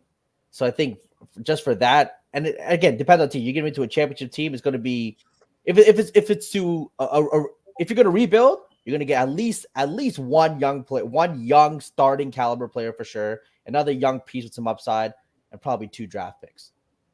Money got to match up too. The money's got to match. That's the biggest. So theoretically, right? Kevin Durant for Jalen Green, Cam Whitmore, 2 of the Brooklyn picks, and who will make the money work? Dylan Brooks. That's a little too much. That's a little too much. So it's a 3-team trade. No. They got Houston got Brooklyn's picks. Yeah, we got Brooklyn's picks. So you got Brooklyn's picks. So you're gonna hand over. You're gonna hand over. Give them 2 of the Brooklyn picks: Jalen Green, Cam Whitmore, and Dylan Brooks. Is that good value for KD? Too much value for KD? Not enough? Where does that fall under? Phoenix runs away with that. I agree. I was just asking. Yeah, so that one Phoenix grabs that off the table and cups that and runs away with it. The only problem with that one is that that's a snatch and run. Houston's timeline doesn't fit. Right, I'll be right if you're going to give up that much to win, Houston's not winning a championship in the next 3 years and not making any significant championship. Give us Kevin Durant. I mean, with Kevin, not Durant, without Jalen Green. No. Now look, a team like OKC, if they want to give up Case and Wallace, we're 1 year behind OKC. Stop it. No, I'm just saying. So OKC having the picks and them giving up a couple young pieces, you add Kevin Durant to that mix, they're right there. You know, I mean, they're already. Who are you giving up in that? Who are the pieces? That's what I'm trying to say. I mean, I guess you probably have to give up Giddey, Wallace. You just gave up a negative asset. The money. I think the money thing was. And the money also doesn't match. OKC can take on salary, right? Or am I bugging? I'd imagine. I believe they extended SGA. Who else they paying? They got a bunch of guys on rook deals. J-Dub on rook deal. Yeah. I mean, but like before the season, they're if OKC want KD, OKC could get KD. And they have the draft. They just got enough picks to. Yeah, they might get 4 picks instead of 2. They might just get more picks. I think OKC might be involved as a team in a bunch of trades that gives you assets to make trades happen. I could see that happening for OKC. Man, If I'm Phoenix, Lauri Markkanen and call that day, man. I've been saying that. Amar's, we've been on that the whole season. So I don't know, man. Can you two? I'm okay. You know how me and Ox go at it. You two, you and you two. Can we knock off the Lauri Markkanen? What two? Danny Ainge is not never off that bandwagon. You two, you're both gifted in Mars, both of y'all. Just like me and Ox go at it. I talk. I'm sick of him. I'm sick of you two. Danny Ainge is not giving Oklahoma City Lauri Markkanen. Unless he's getting man, we have 25 picks in OKC. We can give enough picks. No, he is not giving you guys. Chill. For four first rounders. Chill. I promise you, if they don't trade, chill. He has 1 year left on his deal. If Lauri Markkanen walks and they don't trade him, that's gonna be looked at as complete disaster. From the Utah front office. We're willing to give up hella picks. Would it be worse than Irv walking out the front door when he was in Boston? No, it's worse than that. Yes, I think it's just worse so you know, he got 4 1s for Lauri Markkanen. 4 of them. He gave up. No. Oh yeah. Okay. Yeah. No, he got 4 1s for Donovan Mitchell and Rudy Gobert. He got 4 1 and when Donovan Mitchell left and Lowry came back in the trade. But Lauri wasn't looked at as like the masterpiece. For him. Well, yeah, but the problem is, guys, Lauri Markkanen was not looked at to be the centerpiece of that deal. It was really Colin Sexton and okay, Lawrence and the picks. You know, right? Exactly. And the picks. The picks were the real actual draw. Lauri Markkanen wound up being a all-star player. My thing is, if you're not going to extend him, you trade him. He has 1 year left. That's all I'm saying. I'm not giving him to Oklahoma City. I bet you that. Then in the division, even though they already just did that with Minnesota. Okay, so they already did that. I don't think Danny Ainge, even though I fucking hate the sight of that dude. I'm just saying, if they're not gonna pay, like, listen, chill, extend him then, because otherwise he's playing his last year on his contract. Right, like you don't want him to walk out the front door for nothing. Right, you don't want him to walk out the door for nothing. That's all I'm saying. OKC, man, where do we go? Fellas, we got to keep it pushing, y'all. Uh-oh. He said we got to keep it pushing, and then immediately hit his camera. No, well, since we got a second gifted, I do want to say I hear what you're saying about the trade, but I do believe that they saw the value in Lauri Markkanen. Lauri Markkanen was really good when he was good player. Before the trade, like even in Cleveland, even in Chicago. Even in Arizona, Lauri Markkanen he showed a shit ton of potential before he was, that's the besides the injury. The word right there. He's big. He was always been able to shoot it. Aggressive at the rim. All of that. He had a lot of the attributes. So I do believe that again, Danny Ainge saw a lot of value in Lauri Markkanen. Now, do you let him walk? That would be stupid. You either have to trade him or extend him. So I do agree with you on everything you said, except for I just wanted to point out that. I think Lauri had a lot of value coming in. Oh no, he definitely had. Listen, what Lauri Markkanen did was prove that he could be a valuable winning player on that Cavs team, right? That's what we saw, right? That 2 big lineup was looking really, really, really devastating, and then he got traded away with Colin with draft capital. Then he developed into an even better version of that, where he's one of the best off-ball players in the league. Me personally, chill. The blockbuster trade I want to see is I want to see the Cavs get Lauri Markkanen back. Honestly, that's what I want to see. Can that happen? It can, but it's a lot of moves that have to happen. You would have to trade Brandon. So basically, Brandon Ingram would have to go to Cleveland. Darius Garland would go to the Pelicans. You trade Evan Mobley to the Jazz, and you get back Lauri Markkanen. I am not moving off Mobley. What? No yeah. Mobley. Did you say Evan Mobley? No, yes, I did. Yes, I did. I know about that gifted. Evan Mobley, like they're starting power forward. Evan Mobley, not like that. Not like that, Ox. But they're starting 4-man. Yeah. By the way, gotcha. Yes. Now, listen. I just want you. I'm listening to you. Now you have at your 1, you have Donovan Mitchell, which he was already playing the main point guard role this year. At the 2, you have Isaac. At the 3, you have Brandon Ingram. At the 4, you have Lauri Markkanen. At the 5, you have Jared Allen. To me, that 5-man unit makes a lot more sense than right now. if I'm being honest. And it's not to say that Mobley is a bad player. I just think that their core four right now has problems because their front court are not going to be respected offensively, and their backcourt is a defensive problem. Sure. This trade shores up those things, and you have more offense in a lot of other areas. Also, Lauri Markkanen understands how to play with Jared Allen. We saw that have a lot of success. Now, really quickly, Ron, because I know we got to move on, but two things. Number one, Donovan Mitchell, just like CJ McCollum, plays much better off the basketball than he does on the basketball. That's number one. Number two, Lauri Markkanen, the reason why Lauri Markkanen became what he became in Utah is because they turned him loose. He wasn't going to get turned loose in Cleveland.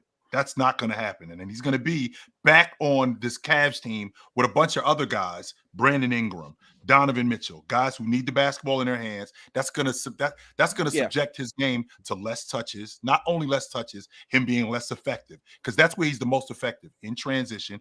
Plus, we don't even know who the coach, who's going to be coaching the Cavs. So we don't even know what kind of system that they're going to have. So you're going to put these guys together. JJ Redick. That's right. Oh my God, man, that's even worse. So now you want to. So wait, JJ still didn't get the LA job? No, they have not announced it. But it looks like he's going to get it though. So, no, they have not announced it. But with this five, we didn't know who Markkanen was until Utah turned him loose. Before that, in Chicago, Billy Donovan didn't really know what he was doing with him. And when he got to Cleveland, moving to Utah, he was a 15-8 guy. That's who he was. He gets to Utah where they're playing that wide open offense and they're getting up and down the floor even more and they're involving him in the offense. He's way different. He's way different there than he would be now. You're putting the ball back in Donovan Mitchell's hands. You got a bucket getter in Brandon Ingram, and you got a four-man who now he needs the ball too. I think he regresses, and I don't love that. Okay, so then I'll quickly say this back, right? My only point is look at their four right now, the problems that they have had in terms of their front court and their back court, right? I think collectively, when you look at it, making a move like this is saying, do we trust this five-man unit better? Lauri Markkanen got a chance to shine primarily because they utilize him as an off-ball player a lot more. Now, granted, he got his fair share of looks, but in terms of touches, he still is not getting a bunch of touches on the Jazz.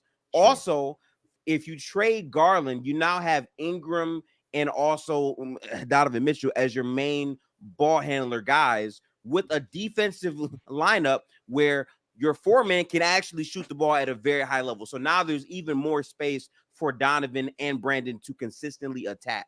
I just think a lot of those actions make more sense, at least compared to what they have right now.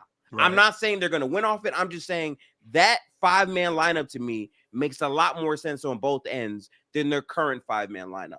Also, they've invested into the development of who Isaac Okoro can be. His three-point shot has gotten better. His defense is legitimate. So having him with Donovan Mitchell, who just came off of a very strong playmaking season, to me, that five-man makes way more sense.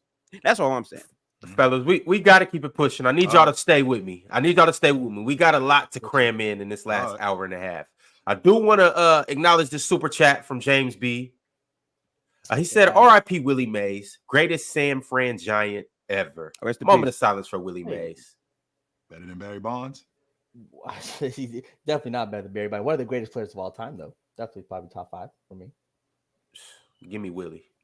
I'm not mad at that 5'12" player in the field, great arm, batting hits for average power. Yeah, shout out to a legend for real.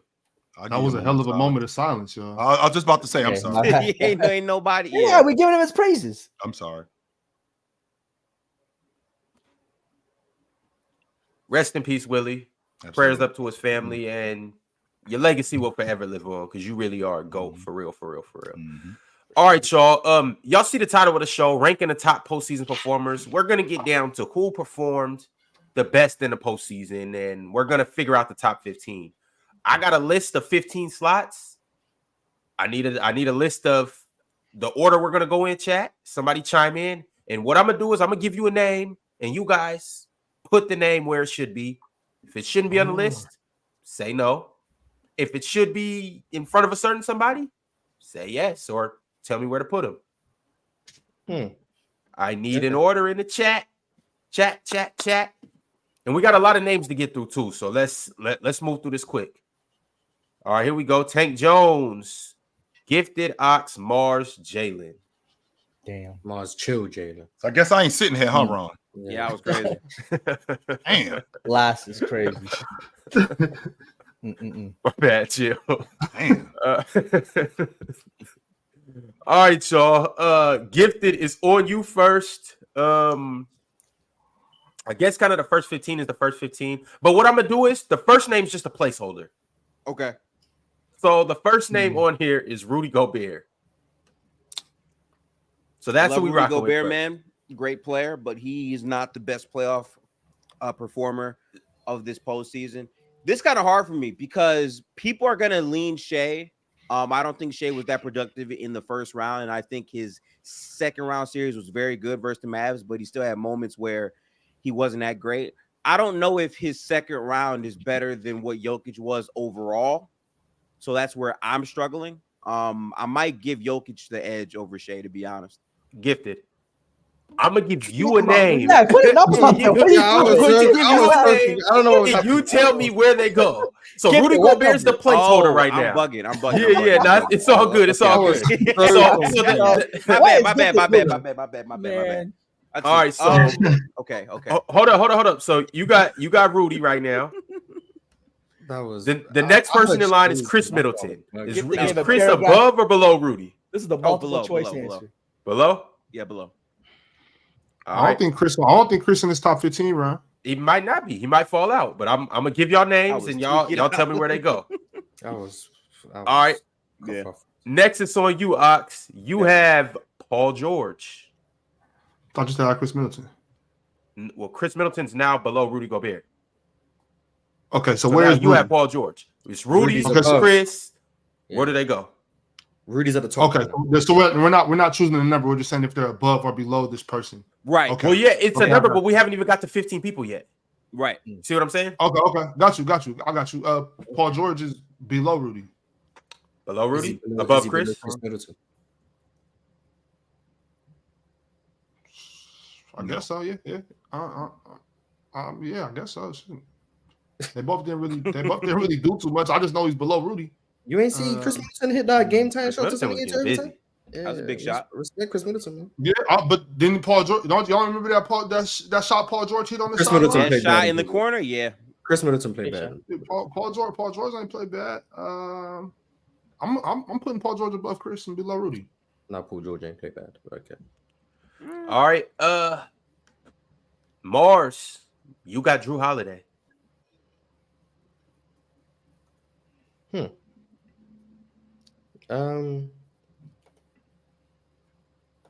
And if you guys need to see the list, I can pull it up whenever.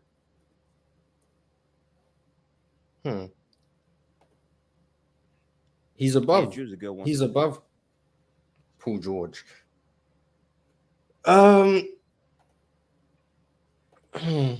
Mars, don't get blinded by the finals. Remember, we started with Miami, then they played played the the Cleveland, and then we moved to Indiana. Yeah. So yeah.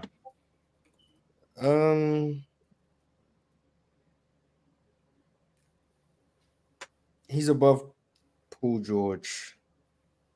Yeah, but Rudy wasn't great against the Nuggets. was against Phoenix though. Yeah, but that's 4 out of his 11 games. Mm-hmm. Drew, I'll put Drew at the top of this list. Top? Yeah. Cool with that. All right. Drew is at the top. Mm-hmm. All right. We got Chill next. And Chill, you have Dante DiVincenzo. Dante DiVincenzo. I think he led the playoffs in threes. For the time he was playing, yeah. Yeah, from the time he was playing. I think he led the playoffs in threes. Playing the defense that he played. He didn't play better defense than Drew Holiday. So I'm not putting him ahead of Drew Holiday. I think he was more effective than Paul George. So I'm putting him ahead of Paul George. And I don't think he was. I'll put him behind Rudy and behind Middleton and ahead of Paul George. Middleton's below Paul George. Is he? Yeah, Ox messed Ox, up. didn't you? No, You put Paul Ox George has behind him, right? Mars You just put- disagrees. Mars just disagrees with it. But No, Ox put Middleton below Paul George, Right. which He is did? Yeah, I did. Yeah, I did. whatever. I put Chris below. So I'm All putting DiVincenzo ahead of Paul George, and I'm putting him ahead of Paul George and behind Middleton and behind Drew Holiday. Yeah, so see if Ox didn't mess up the list. All right, Jalen, It'll it's be all right. on you. You have Evan Mobley. This is what the list is looking like so far. Okay, I Evan see Mobley. it. We're gonna put Evan Mobley Mm. around. That's an interesting one. Man, I think he was he better than DiVincenzo this playoffs? Oof. Mobley this playoffs. Hey, Allen was hurt. Mobley did decently good job stepping up for him. Decent. He got busy in that Boston. Yeah, no, he series. did. He did. I did think a little more scoring. I'll put him ahead of DiVincenzo. Evan Mobley was better than DiVincenzo this playoffs. Was he better than Middleton? Yeah. Middleton, yeah. I feel like Middleton's being disrespected right now, but Yeah, just because I do think. I mean, how many games? don't Ron, think he was Mars, better of those Don't matter. games that he played, that was a Yeah. 6-game series, if I'm not mistaken. I think he had like 3 very strong games. Did he? Which did he get busy? How busy did he get? Because I'm having a hard time remembering what happened with I Middleton. think it was game 5 he got busy in. That's the game that I do remember. that was the I do remember game. Yeah, that game is excessive. But I mean, Yeah. the whole series, I think he played well. Unless I'm misremember, I think he played well in like every game they played, especially the ones they won. He was great in the Yeah, but I mean, Mars, the reason they won. It's no way Chris and Paul George are going to make this list anyway. So Yeah, I agree. yeah. We're just Yeah, going probably down not. the list. I just Right, feel like right, Chris right. Middleton. How many is players being- you listing off, Ron? Like I think saying DiVincenzo players that balled out. Okay. All players that I believe had good postseasons. But we got to keep it Oh, pushing. you believe though. Rudy Gifted. Gobert had a good postseason? No, nice. Yeah. Gifted. What's You up, got man? Josh Hart. Josh Hart. Okay. Who? I need to see the list. I need to see the list Where again. it Nah, number Josh one. Hart, who I'm not gonna lie, That's the best player ever, man. I'm not gonna lie, bro. Give me Josh Hart at 3 over Mobley, PG, and Chris Middleton, bro. I'm not mad at that. I like that spot. He was great. Yeah. Oh my God, playoffs and rebounding. I'm What saying the I'm hell? going to Really, put Josh he was ahead really of good, Rudy dog. I behind don't Drew. He led the playoffs in rebounding. And So you said it 3 behind Rudy. yeah, All One right. of the main reasons why they beat Philly. Man. They had no answer for Oh him. my God. Josh Hart was amazing. None. They have no answer. Big for him. Ox. You got a curveball. Curveball. You got Shea Gilders Alexander. Mm. I'll just put him ahead of Paul George. No. Wait. That means he's below DiVincenzo. That who's means ahead he's of below Paul Yeah, George? man, I mean, Shea would be below DiVincenzo. DiVincenzo, yeah. Do I hate that? Yeah. Evan Mobley. Okay, Evan and Dante. Okay. So he's somewhere. Is he ahead of Evan and below Josh? Shea? Yeah, he's not getting in front of Josh Hart. I don't give a shit. What Yeah, Josh- Ox messed up the list. wow. Ox messed up the list. All right, cool. Ox messed up the list. So y'all telling me that I should put Shea Yes. Gilgeous Alexander Yes. above Josh Yes. Hart? Yes. And Yes, we're telling who you had that, the yes. better playoffs? Shea. It's- Who Dude, performed hey, better? it's fine. You messed Who up the performed list. better? Ox. I'm not doing it. I'm not doing it. That's fine. Yeah, Okay. okay? All right. I'm not doing it. All right, All right. No Where you want to fucking put him? That's Did y'all crazy, not though. I see ain't Josh gonna Hart lie. playing in this He got playoffs? busy in the Did you first not No, I see Shea didn't. playing?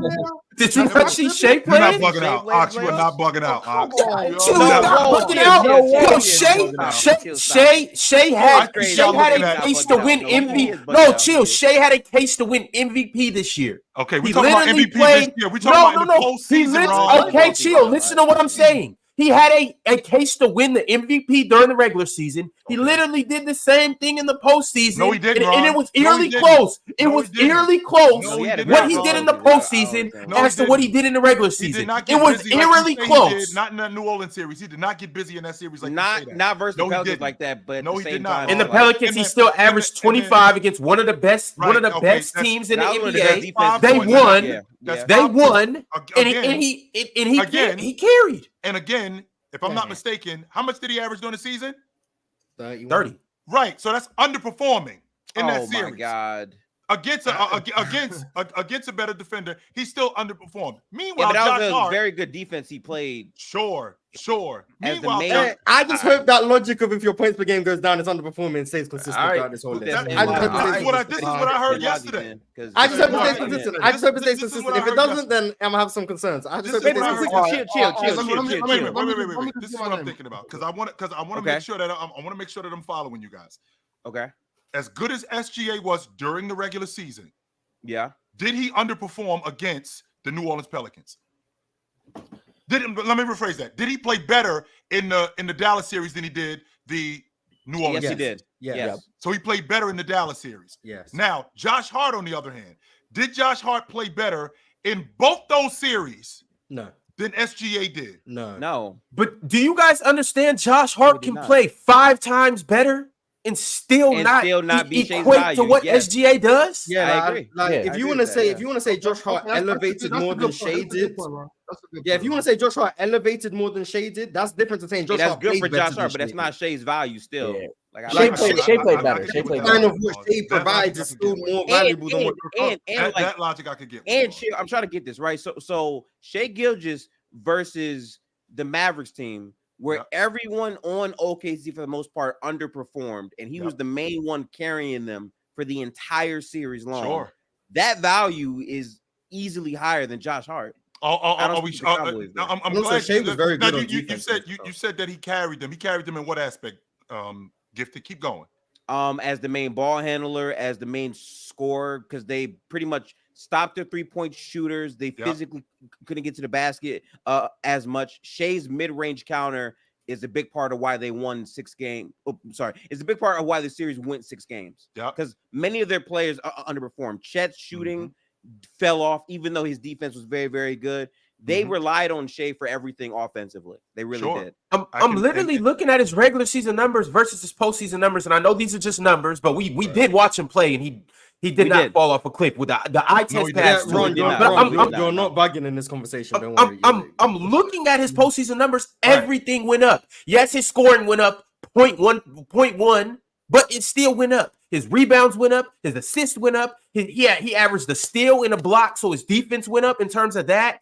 His 3-point percentage went up to 43% as opposed to what he shot during the regular season at 35%. His free throw percentage went down. Now I want to make sure that we clear that we're not comparing these guys as players because there's no comparison. I want to make sure we clear on that. We're comparing who played better, so that's the difference right there. That's what we talk. I don't think we're comparing them as players because there is no comparison between Shea and Josh Hart. However, to your point, Gifted, you talk about him being the main ball handler, him being their scorer in that I believe it was the Dallas series, which 100% he did that.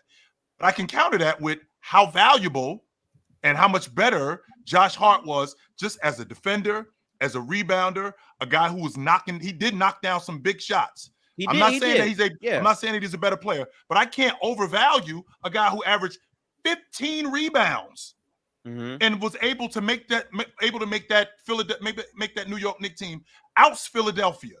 They won that series largely off the strength of what Josh Hart did defensively and as a rebounder. So what you're talking about, and then Shea on the ball versus when you the talking Mavericks about Josh, was needed. when you're talking about SGA as an offensive player, I'm bringing that same logic to you with Josh Hart as a defender and rebounder, plus giving you 12 to 14 points. Right, and Shea as the main offense initiator against a team that had Luka and Kyrie on the other end with PJ Washington, who literally shot 48% on 8 threes a game.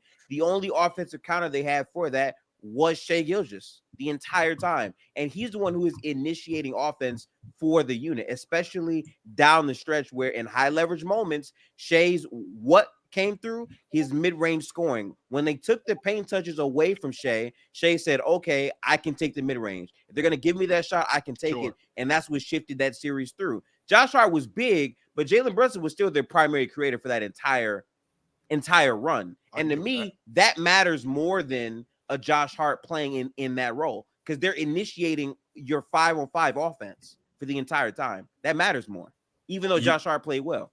Yo, so it's let me do my list. We gonna run through.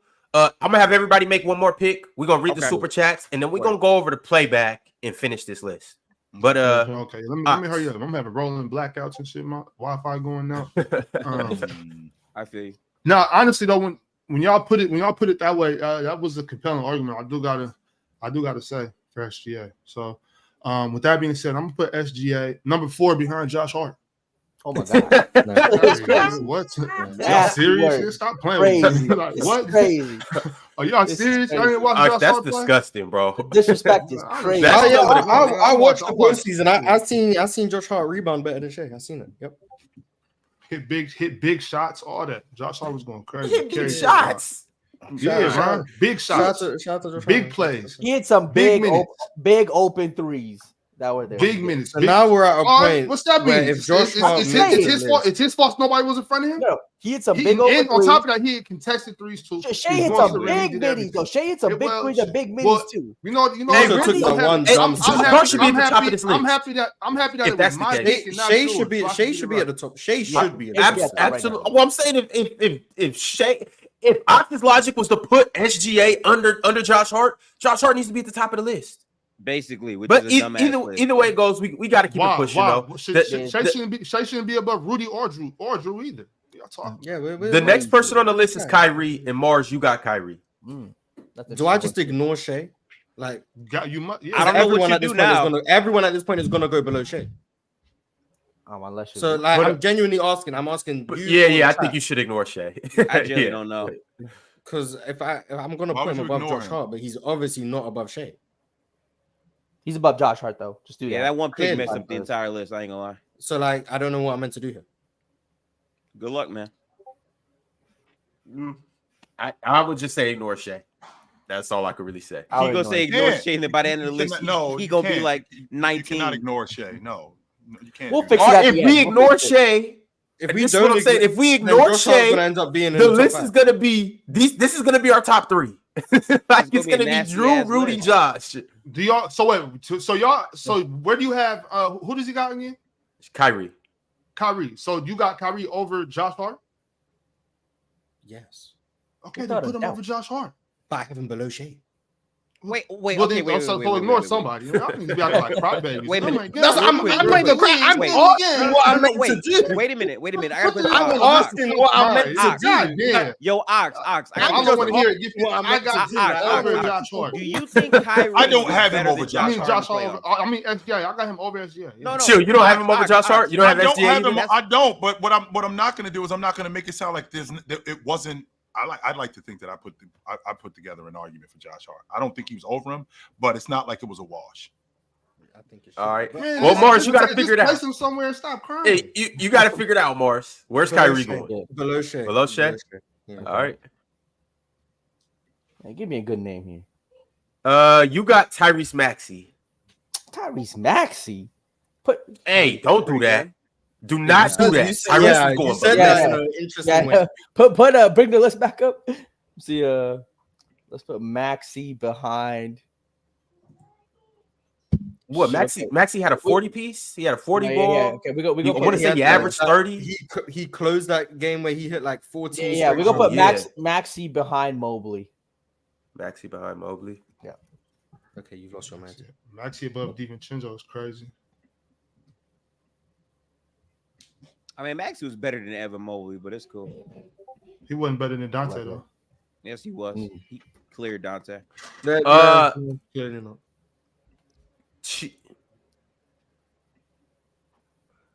Oops.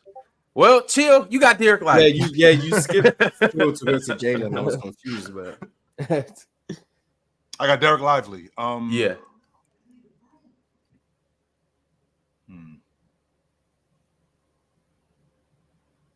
Can I see the list, Ron? As the playoffs progress, he got better. Significantly better. I'll put him ahead of Mobley. Damn, Tyrese Maxey. Damn. You said ahead of Mobley or behind him? Ahead of Mobley. Okay. All right, y'all. We'll get back to this list here in a second. Before we slide over to playback, y'all got some super chats, so we're gonna go ahead and jump into these right now. Gandhi KV2 said, create the most switchable defense of all time. Most switchable defense of all time. Do we worried about offense at all, or just people who can switch, or just defense? I think just defense. Let's do defense. Most switchable defense of all time. Yeah, Bam, LeBron, Garnett, Scottie Pippen, yep, KG, yep. Dennis Bam, Rodman, Garnett. I would go Pippen. Pistons, Dennis. Yeah. So those four all sound right. Yes. KG, Dennis Rodman, Bam, Scottie Pippen. A couple LeBron. You said LeBron. I'm not mad at LeBron. Yeah, I'm not mad at LeBron either. I'm not. I kind of want Ron Artest in there. Draymond? Not over Dennis Rodman. Oh, Not over Dennis Rodman. Yeah, Draymond too. Draymond, Ron Artest, some names I would throw in there. I'm trying to see who I take out though. Draymond, Scotty, KG, Kawhi. I don't like Kawhi on fives. No, I don't either. This might sound nasty, but would like you Draymond give an on honorable fives mention either. to maybe Andre Iguodala? Honorable mention.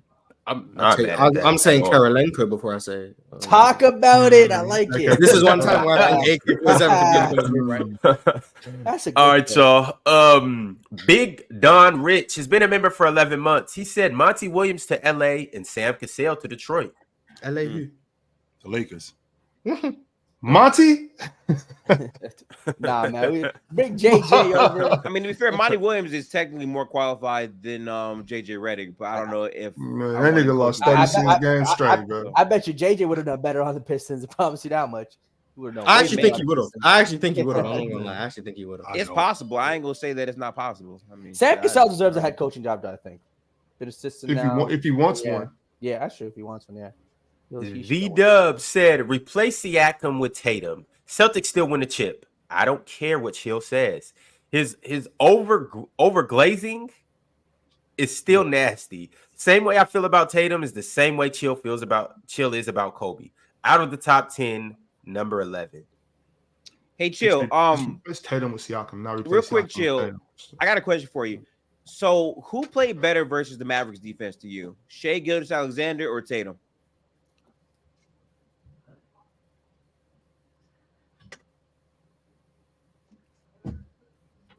From a scoring aspect, Shai did. Basketball. No, just two. Who played better in the series? Shai did. Okay. Yeah. Just I'm making with sure. that too, yeah. Super chat from MP13. He said, I originally thought Ox was a gimmick, but I'm starting to respect the amount of obstinance he has with how he feels. Logic be damned. I respect. You a gimmick, Ox? Nah, just people just don't know what they're looking at, Jalen. That's all. I thought about it. You are getting slightly cooked on Twitter right now, Ox, for your Steph Finals MVP take. I just seen on my that's all right. I ain't mad about that at all. Not But you're getting us called the worst podcast of all time. I don't appreciate that. I saw that clip. I just okay. kept. I don't expect. You know what I'm saying? I wasn't because of your take. Mars, you think I was expecting love for that take? Like, Oh, well, Mars, you know the old adage. You know, I love Steph one Curry. bad Let me apple. just You get on it know. real quick. Like, And here's the thing, too. I got love for Ox Steph. don't even eat apples. He eats peeled potatoes. So one bad potato. Ruins it for all. That was on top of that, I don't really know what's going on Twitter, so that's cool. Yeah, it just showed up on my timeline. Twitter's a cesspool. Yeah. It really Twitter's. is. But that's what's up though. Like, you know what I'm saying? It wasn't supposed to be said to have people agree with it. I forgot. But once again, though, Jalen, like I said, most people just don't know what they're looking at, bro. Wait, but Ox, real quick though, because I didn't see this part. What was your logic and why you had Andrew Wiggins over?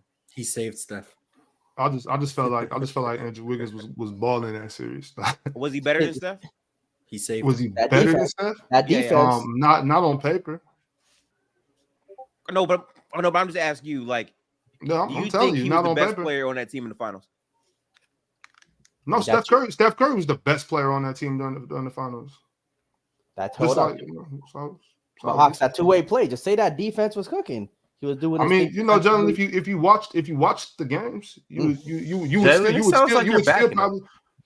watched the games, you would probably still feel like Steph was the Finals MVP, but you would at least understand. But I said, John, a lot of people don't understand what they're looking at, and they also forget that you have to play basketball when the ball's not in your hands.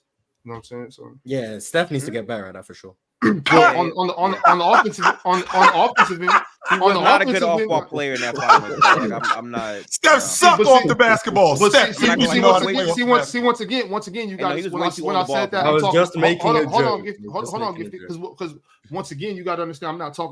I wasn't talking about off the ball, like moving out the ball on offense. I was talking about defense. I know a lot of times y'all forget that defense is a part of the game. You know what I'm saying? Wasn't Wiggins better on the ball defensively than off the ball in the finals? But you're still I'm talking about you don't have the ball in your hands when you're guarding. I'm talking about defense. You don't have the ball in your hands when you're guarding, unless you're getting still. I mean, either way, it's not. It's not really that big a deal. If you don't agree with it, that's look. fine. If you value two-way play, Wiggins was more impactful on both ends of the court. This is really why I hate two-way play. Every time. Why do you hate two-way play? Oh, because you can combine Wiggins' two-way impact. It's still not more than still not more than what Steph did in that series. I mean, that's fine, fellas. We gonna be on playback in a second. We could talk about all this. I just got to get through these super chats. Marcus FRM 626 said, "Ox, I heard yesterday that you had JB over Ant. Why? When he does nothing better on offense and isn't leaping him defensively? He's better. See what I'm saying, John? You gotta know what you're looking at. Talk to him. On top of that, I'm not mad at you if you have Ant over Jalen. But if you've been listening, I didn't just say this yesterday. I said this last month and 2 months before that and 6 months before that and last season. You know what I'm saying? It's not just because of what we just watched in the playoffs. I'm not one of them dudes that just, I'm not going to put you a lot higher just because you had a crazy playoff run. No, like if we're like in this list right now, if we're talking about just the playoffs, okay, cool. But I don't just value the playoffs over the regular season like that. You got 82 games of basketball before and then even in that, most people don't play more than 7 games. A lot of people get out in the first round. It's 8 teams going in the first round. Most people don't play a lot of playoff games. So it's like, you know what I mean? On top of that, Jaylen Brown does nothing better than Ant on offense. It's kind of crazy, but yeah, it's just a lie. Go ahead. He's better in the mid range, better in the rim, better in transition. Like he does things better. So it's just a lie. Brat said, "Chill hates the chat so much. He's protecting Adolf early." Adolf early. What the hell? Huncho said, "Why this old man always trying to jump into chat business when he don't know what's going on in Mars? Where's Tony Cruz ranked in midfield greats?" Why do people keep asking me football questions? I don't know. I don't know. British expected to know football. He cool. Like he cool. I don't know. He cool. Chat. Me and Mars have generational football discussions all the time, and he answers my questions when we aren't on air. He just doesn't want to talk to you guys about football. He just doesn't. Nice one, Ron. Nice. Zulu said, "Where are the bottom 5 free agents in the NBA right now? Front offices? I think he meant front offices. Chicago, Brooklyn. I don't know everyone else. Chicago, Brooklyn. No, the Pistons got a new front office though. Troy Charlotte. You know they just fire him. So you're right about that. Charlotte's probably in there. I don't think it's shot. I would. Honestly, do y'all think the Lakers are there too? Yeah, honestly, the Lakers might be. Yeah, Yes. They have. Yeah, Lakers. Lakers are bottom 5 front office. Without a doubt. damn. I don't like what Philly been doing, but I don't know where they rank as a front office. Atlanta's not great. Yeah, those teams, I guess. La Flame said Boston had more playoff wins than the Pistons season wins. Ouch. And Jalen wants to keep Monty Williams. Yes, and Boston had. They had more playoff wins than the Wizards. I'm saying they had a phenomenally balanced team. What do you want Monty Williams to do with the situation he had? Be a better coach. They're not winning 45 wins. They're not winning 40 games with and that. They're not going to. No coach. Okay, don't lose 27 straight. They weren't as bad. With a we're not as bad as that. They aren't as bad. They aren't a worse team record. They shouldn't be a worse team than the Wizards record wise. They shouldn't. No, they should not. But I can get with that. I know one thing. We gave this man Monty Williams $65 million. We have one of the worst roster constructions in the NBA. Ron, some of our 65 million, Ron. It's 75 or 78, even worse. Borrow like $5 million. We lost damn near 40 games in a row, and we get the 5th pick. If I'm the Pistons, I'm 3 straight years. 3 straight years of the 5th pick. That's crazy. I feel cursed. If I'm the Pistons, I feel cursed. I'm not gonna lie to you. I feel cursed. And I can't wait to draft Montes Brazulis too. Pick 3 straight years. Like, what's the odds of that? That's crazy. Yeah, those are crazy odds. Official Teak said Jalen the GOAT. What's good, bro? What's good, Official Teak? See, that's a smart dude right there. Shout out Official Teak. Did not know Jalen had a brother. All right. Yeah, well, Jalen getting super chat love, man. Shout out Jalen, man. There it is, man. People coming. Leaf Dig in the house. He said, what's the title window for Minnesota? Right now? Literally right now. I think with the West, it's so stacked. I mean, it's just like you have to take advantage every year you make the playoffs. I think Minnesota got a little bit of time. They got a big trade piece in Karl Anthony Towns. So you know what I'm saying they can utilize that. To be honest, I don't think they're going to. Well, they could. I mean, they don't. I'm not saying they have to. I'm just saying their window isn't closing. Probably like Mike Conley's. I think they got a good 5 years. Conley's ancient. You can upgrade at the league guard spot. Rudy Gobert's old though. Hold on, 31 years old. How old Rudy? 31 years old. He's in his they got 5 years for sure. 5 years is strong. I don't even think that. And then even after that, you still got in. So it's like if you were to upgrade at the lead guard spot, get a young guard, and then if you were to utilize the option of trading Cat, which Gifted said he's against. Yeah. I'm not ready to move on. To be quite honest with you. By the way, I'm not saying that I am against trading Cat. I just feel like people love to just say trade X player because it's the easiest thing to do. If you don't get good value back, don't do it. But I think that they just have to better optimize their overall system. In the playoffs for all rounds, I kept saying, yo, Cat and Gobert, 2-man game. They score almost all the time on that because now you have Anthony Edwards one pass away, and they barely use that as much as they could have. So to me, it's just kind of improving there and also finding better three-point shooters as well. I think McDaniels, him improving, getting better, him become more of a consistent shooter will help. Anthony Edwards, better decision maker as he progresses. That'll definitely help. Obviously, to replace for Conley. And with the Cat thing, I just know that you could trade him and get a better player in return, especially for his skill set at his position. I just don't. I see maybe you can get a couple guys who can be better, maybe a couple elite role players, but you just won't get a player that's better. Toxic Key said LMA is the one winning. I mean, you get pregnant by a guy making $70 million a season. I think it's a win-win for both of them. Yeah. Jay sent through an empty super chat, but appreciate you for considering sending through a super chat, Jay. Trey Musa Gaming said healthy Lonzo on the Wolves. We just talked about that. We spoke about that, yeah. Mad Max Sports Talk said, why is Wemby better than Kristaps? Great question. So I think he's better. He's better defensively. Without that, he's better defensively, better rim protector. He's a better 3-point shooter. No. Come on, take Wemby, but Wemby does the more difficult 3-point shooter. Hold on. Wemby's level of difficulty. No, the level of difficulty. The level of difficulty for Wemby, I think, is a lot harder than Porzingis's. I could see Wemby's 3-point shot becoming better within the next couple. You do realize shooting from 30 feet out consistently at a very high clip is just a better shooter, Jalen. I don't understand what you're saying right now. Well, I think Wemby does a better job creating his own 3-point shot than Porzingis. Porzingis doesn't really do any self creation at 3-point line. A lot of it's just open threes because of the system in Boston. What makes a shooter a better shooter? Well, one, just shooting better, putting the ball in the shooting better makes a shooter a better shooter. No, being a more we don't have time for this.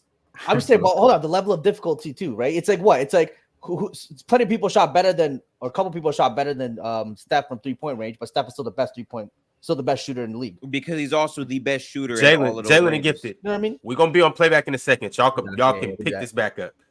But why? That's my kind of Sorcerer said Mars is Hallie better than Melo. Melo better POA in my opinion. Yes, Halliburton better than LaMelo. Good answer. Show Out Will said Monk just posted on IG about the Rockets. Malik Monk to H-Town. Music by P said, is Clay unfollowing the Dubs anything? Yes. I don't care. I think it means something. People don't be unfollowing people for no reason. I unfollow people for no reason all the time. But I don't have emotion like Clay, so I understand. But social media running. One of the main reasons why you unfollow people is because you don't want to be bothered anymore. Chill. No, this is a negotiation tactic. That's why I don't care. Okay, you say what happens. a lot of people, bro. Last year we saw Dejounte Murray wipe his entire Instagram of everything Hawks. Got paid, brought the shit all right back. It does not matter. So you think I mean, I mean, a lot of times I could just be like Gifted said, a negotiation tactic, a PR stunt, whatever it may be. It might be his team just saying, let's just disassociate ourselves from everybody right now until you get it figured out. But just the fact of even if Clay was to leave, him unfollowing, which is not really that serious. Like if he unfollows the Warriors, that's still weird because I would expect Clay to still have a relationship with the ownership and people over there. You know what I'm saying? Like just because you leave somewhere doesn't mean you leave on bad terms. You can split amicably. I know people that got divorced 15 years ago and they're best friends. You know what I'm saying? Like it's just how it is. It's business. It ain't no big deal. Best friends. Yeah, Ron. You gotta go, Ron. Brax said Mars. Playoffs over, gang. You know what the deal was. You had a deal? We got to the draft. We got to the draft in the summer league. Then you and Brax had a deal? Yeah, for me to be, I was an OKC loanee. Until Houston Rockets basketball is back. So until we make our pick in the draft and we have summer league, I can confirm this from yesterday. Mars, you are a slut. Period. Nah, you are that. 100%. You are that. I'm just saying, chill. Infidelity in 2024 is a little different. I don't understand why you just won't embrace it. Embrace your inner whore, Mars. Embrace your inner whore. Polyamorous. Everybody goes through a hoe phase. And that's Mars right now. Mars is definitely polyamorous. This not a phase. It's a lifestyle. All right, so last but not least, Marcus FRM626 said, literally just skip my chat.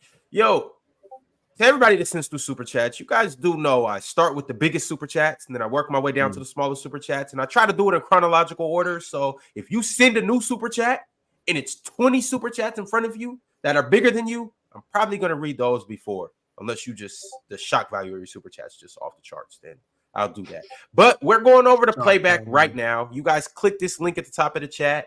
And we'll see you there. In a minute. Merry Christmas. Toodles. Until then, check this out.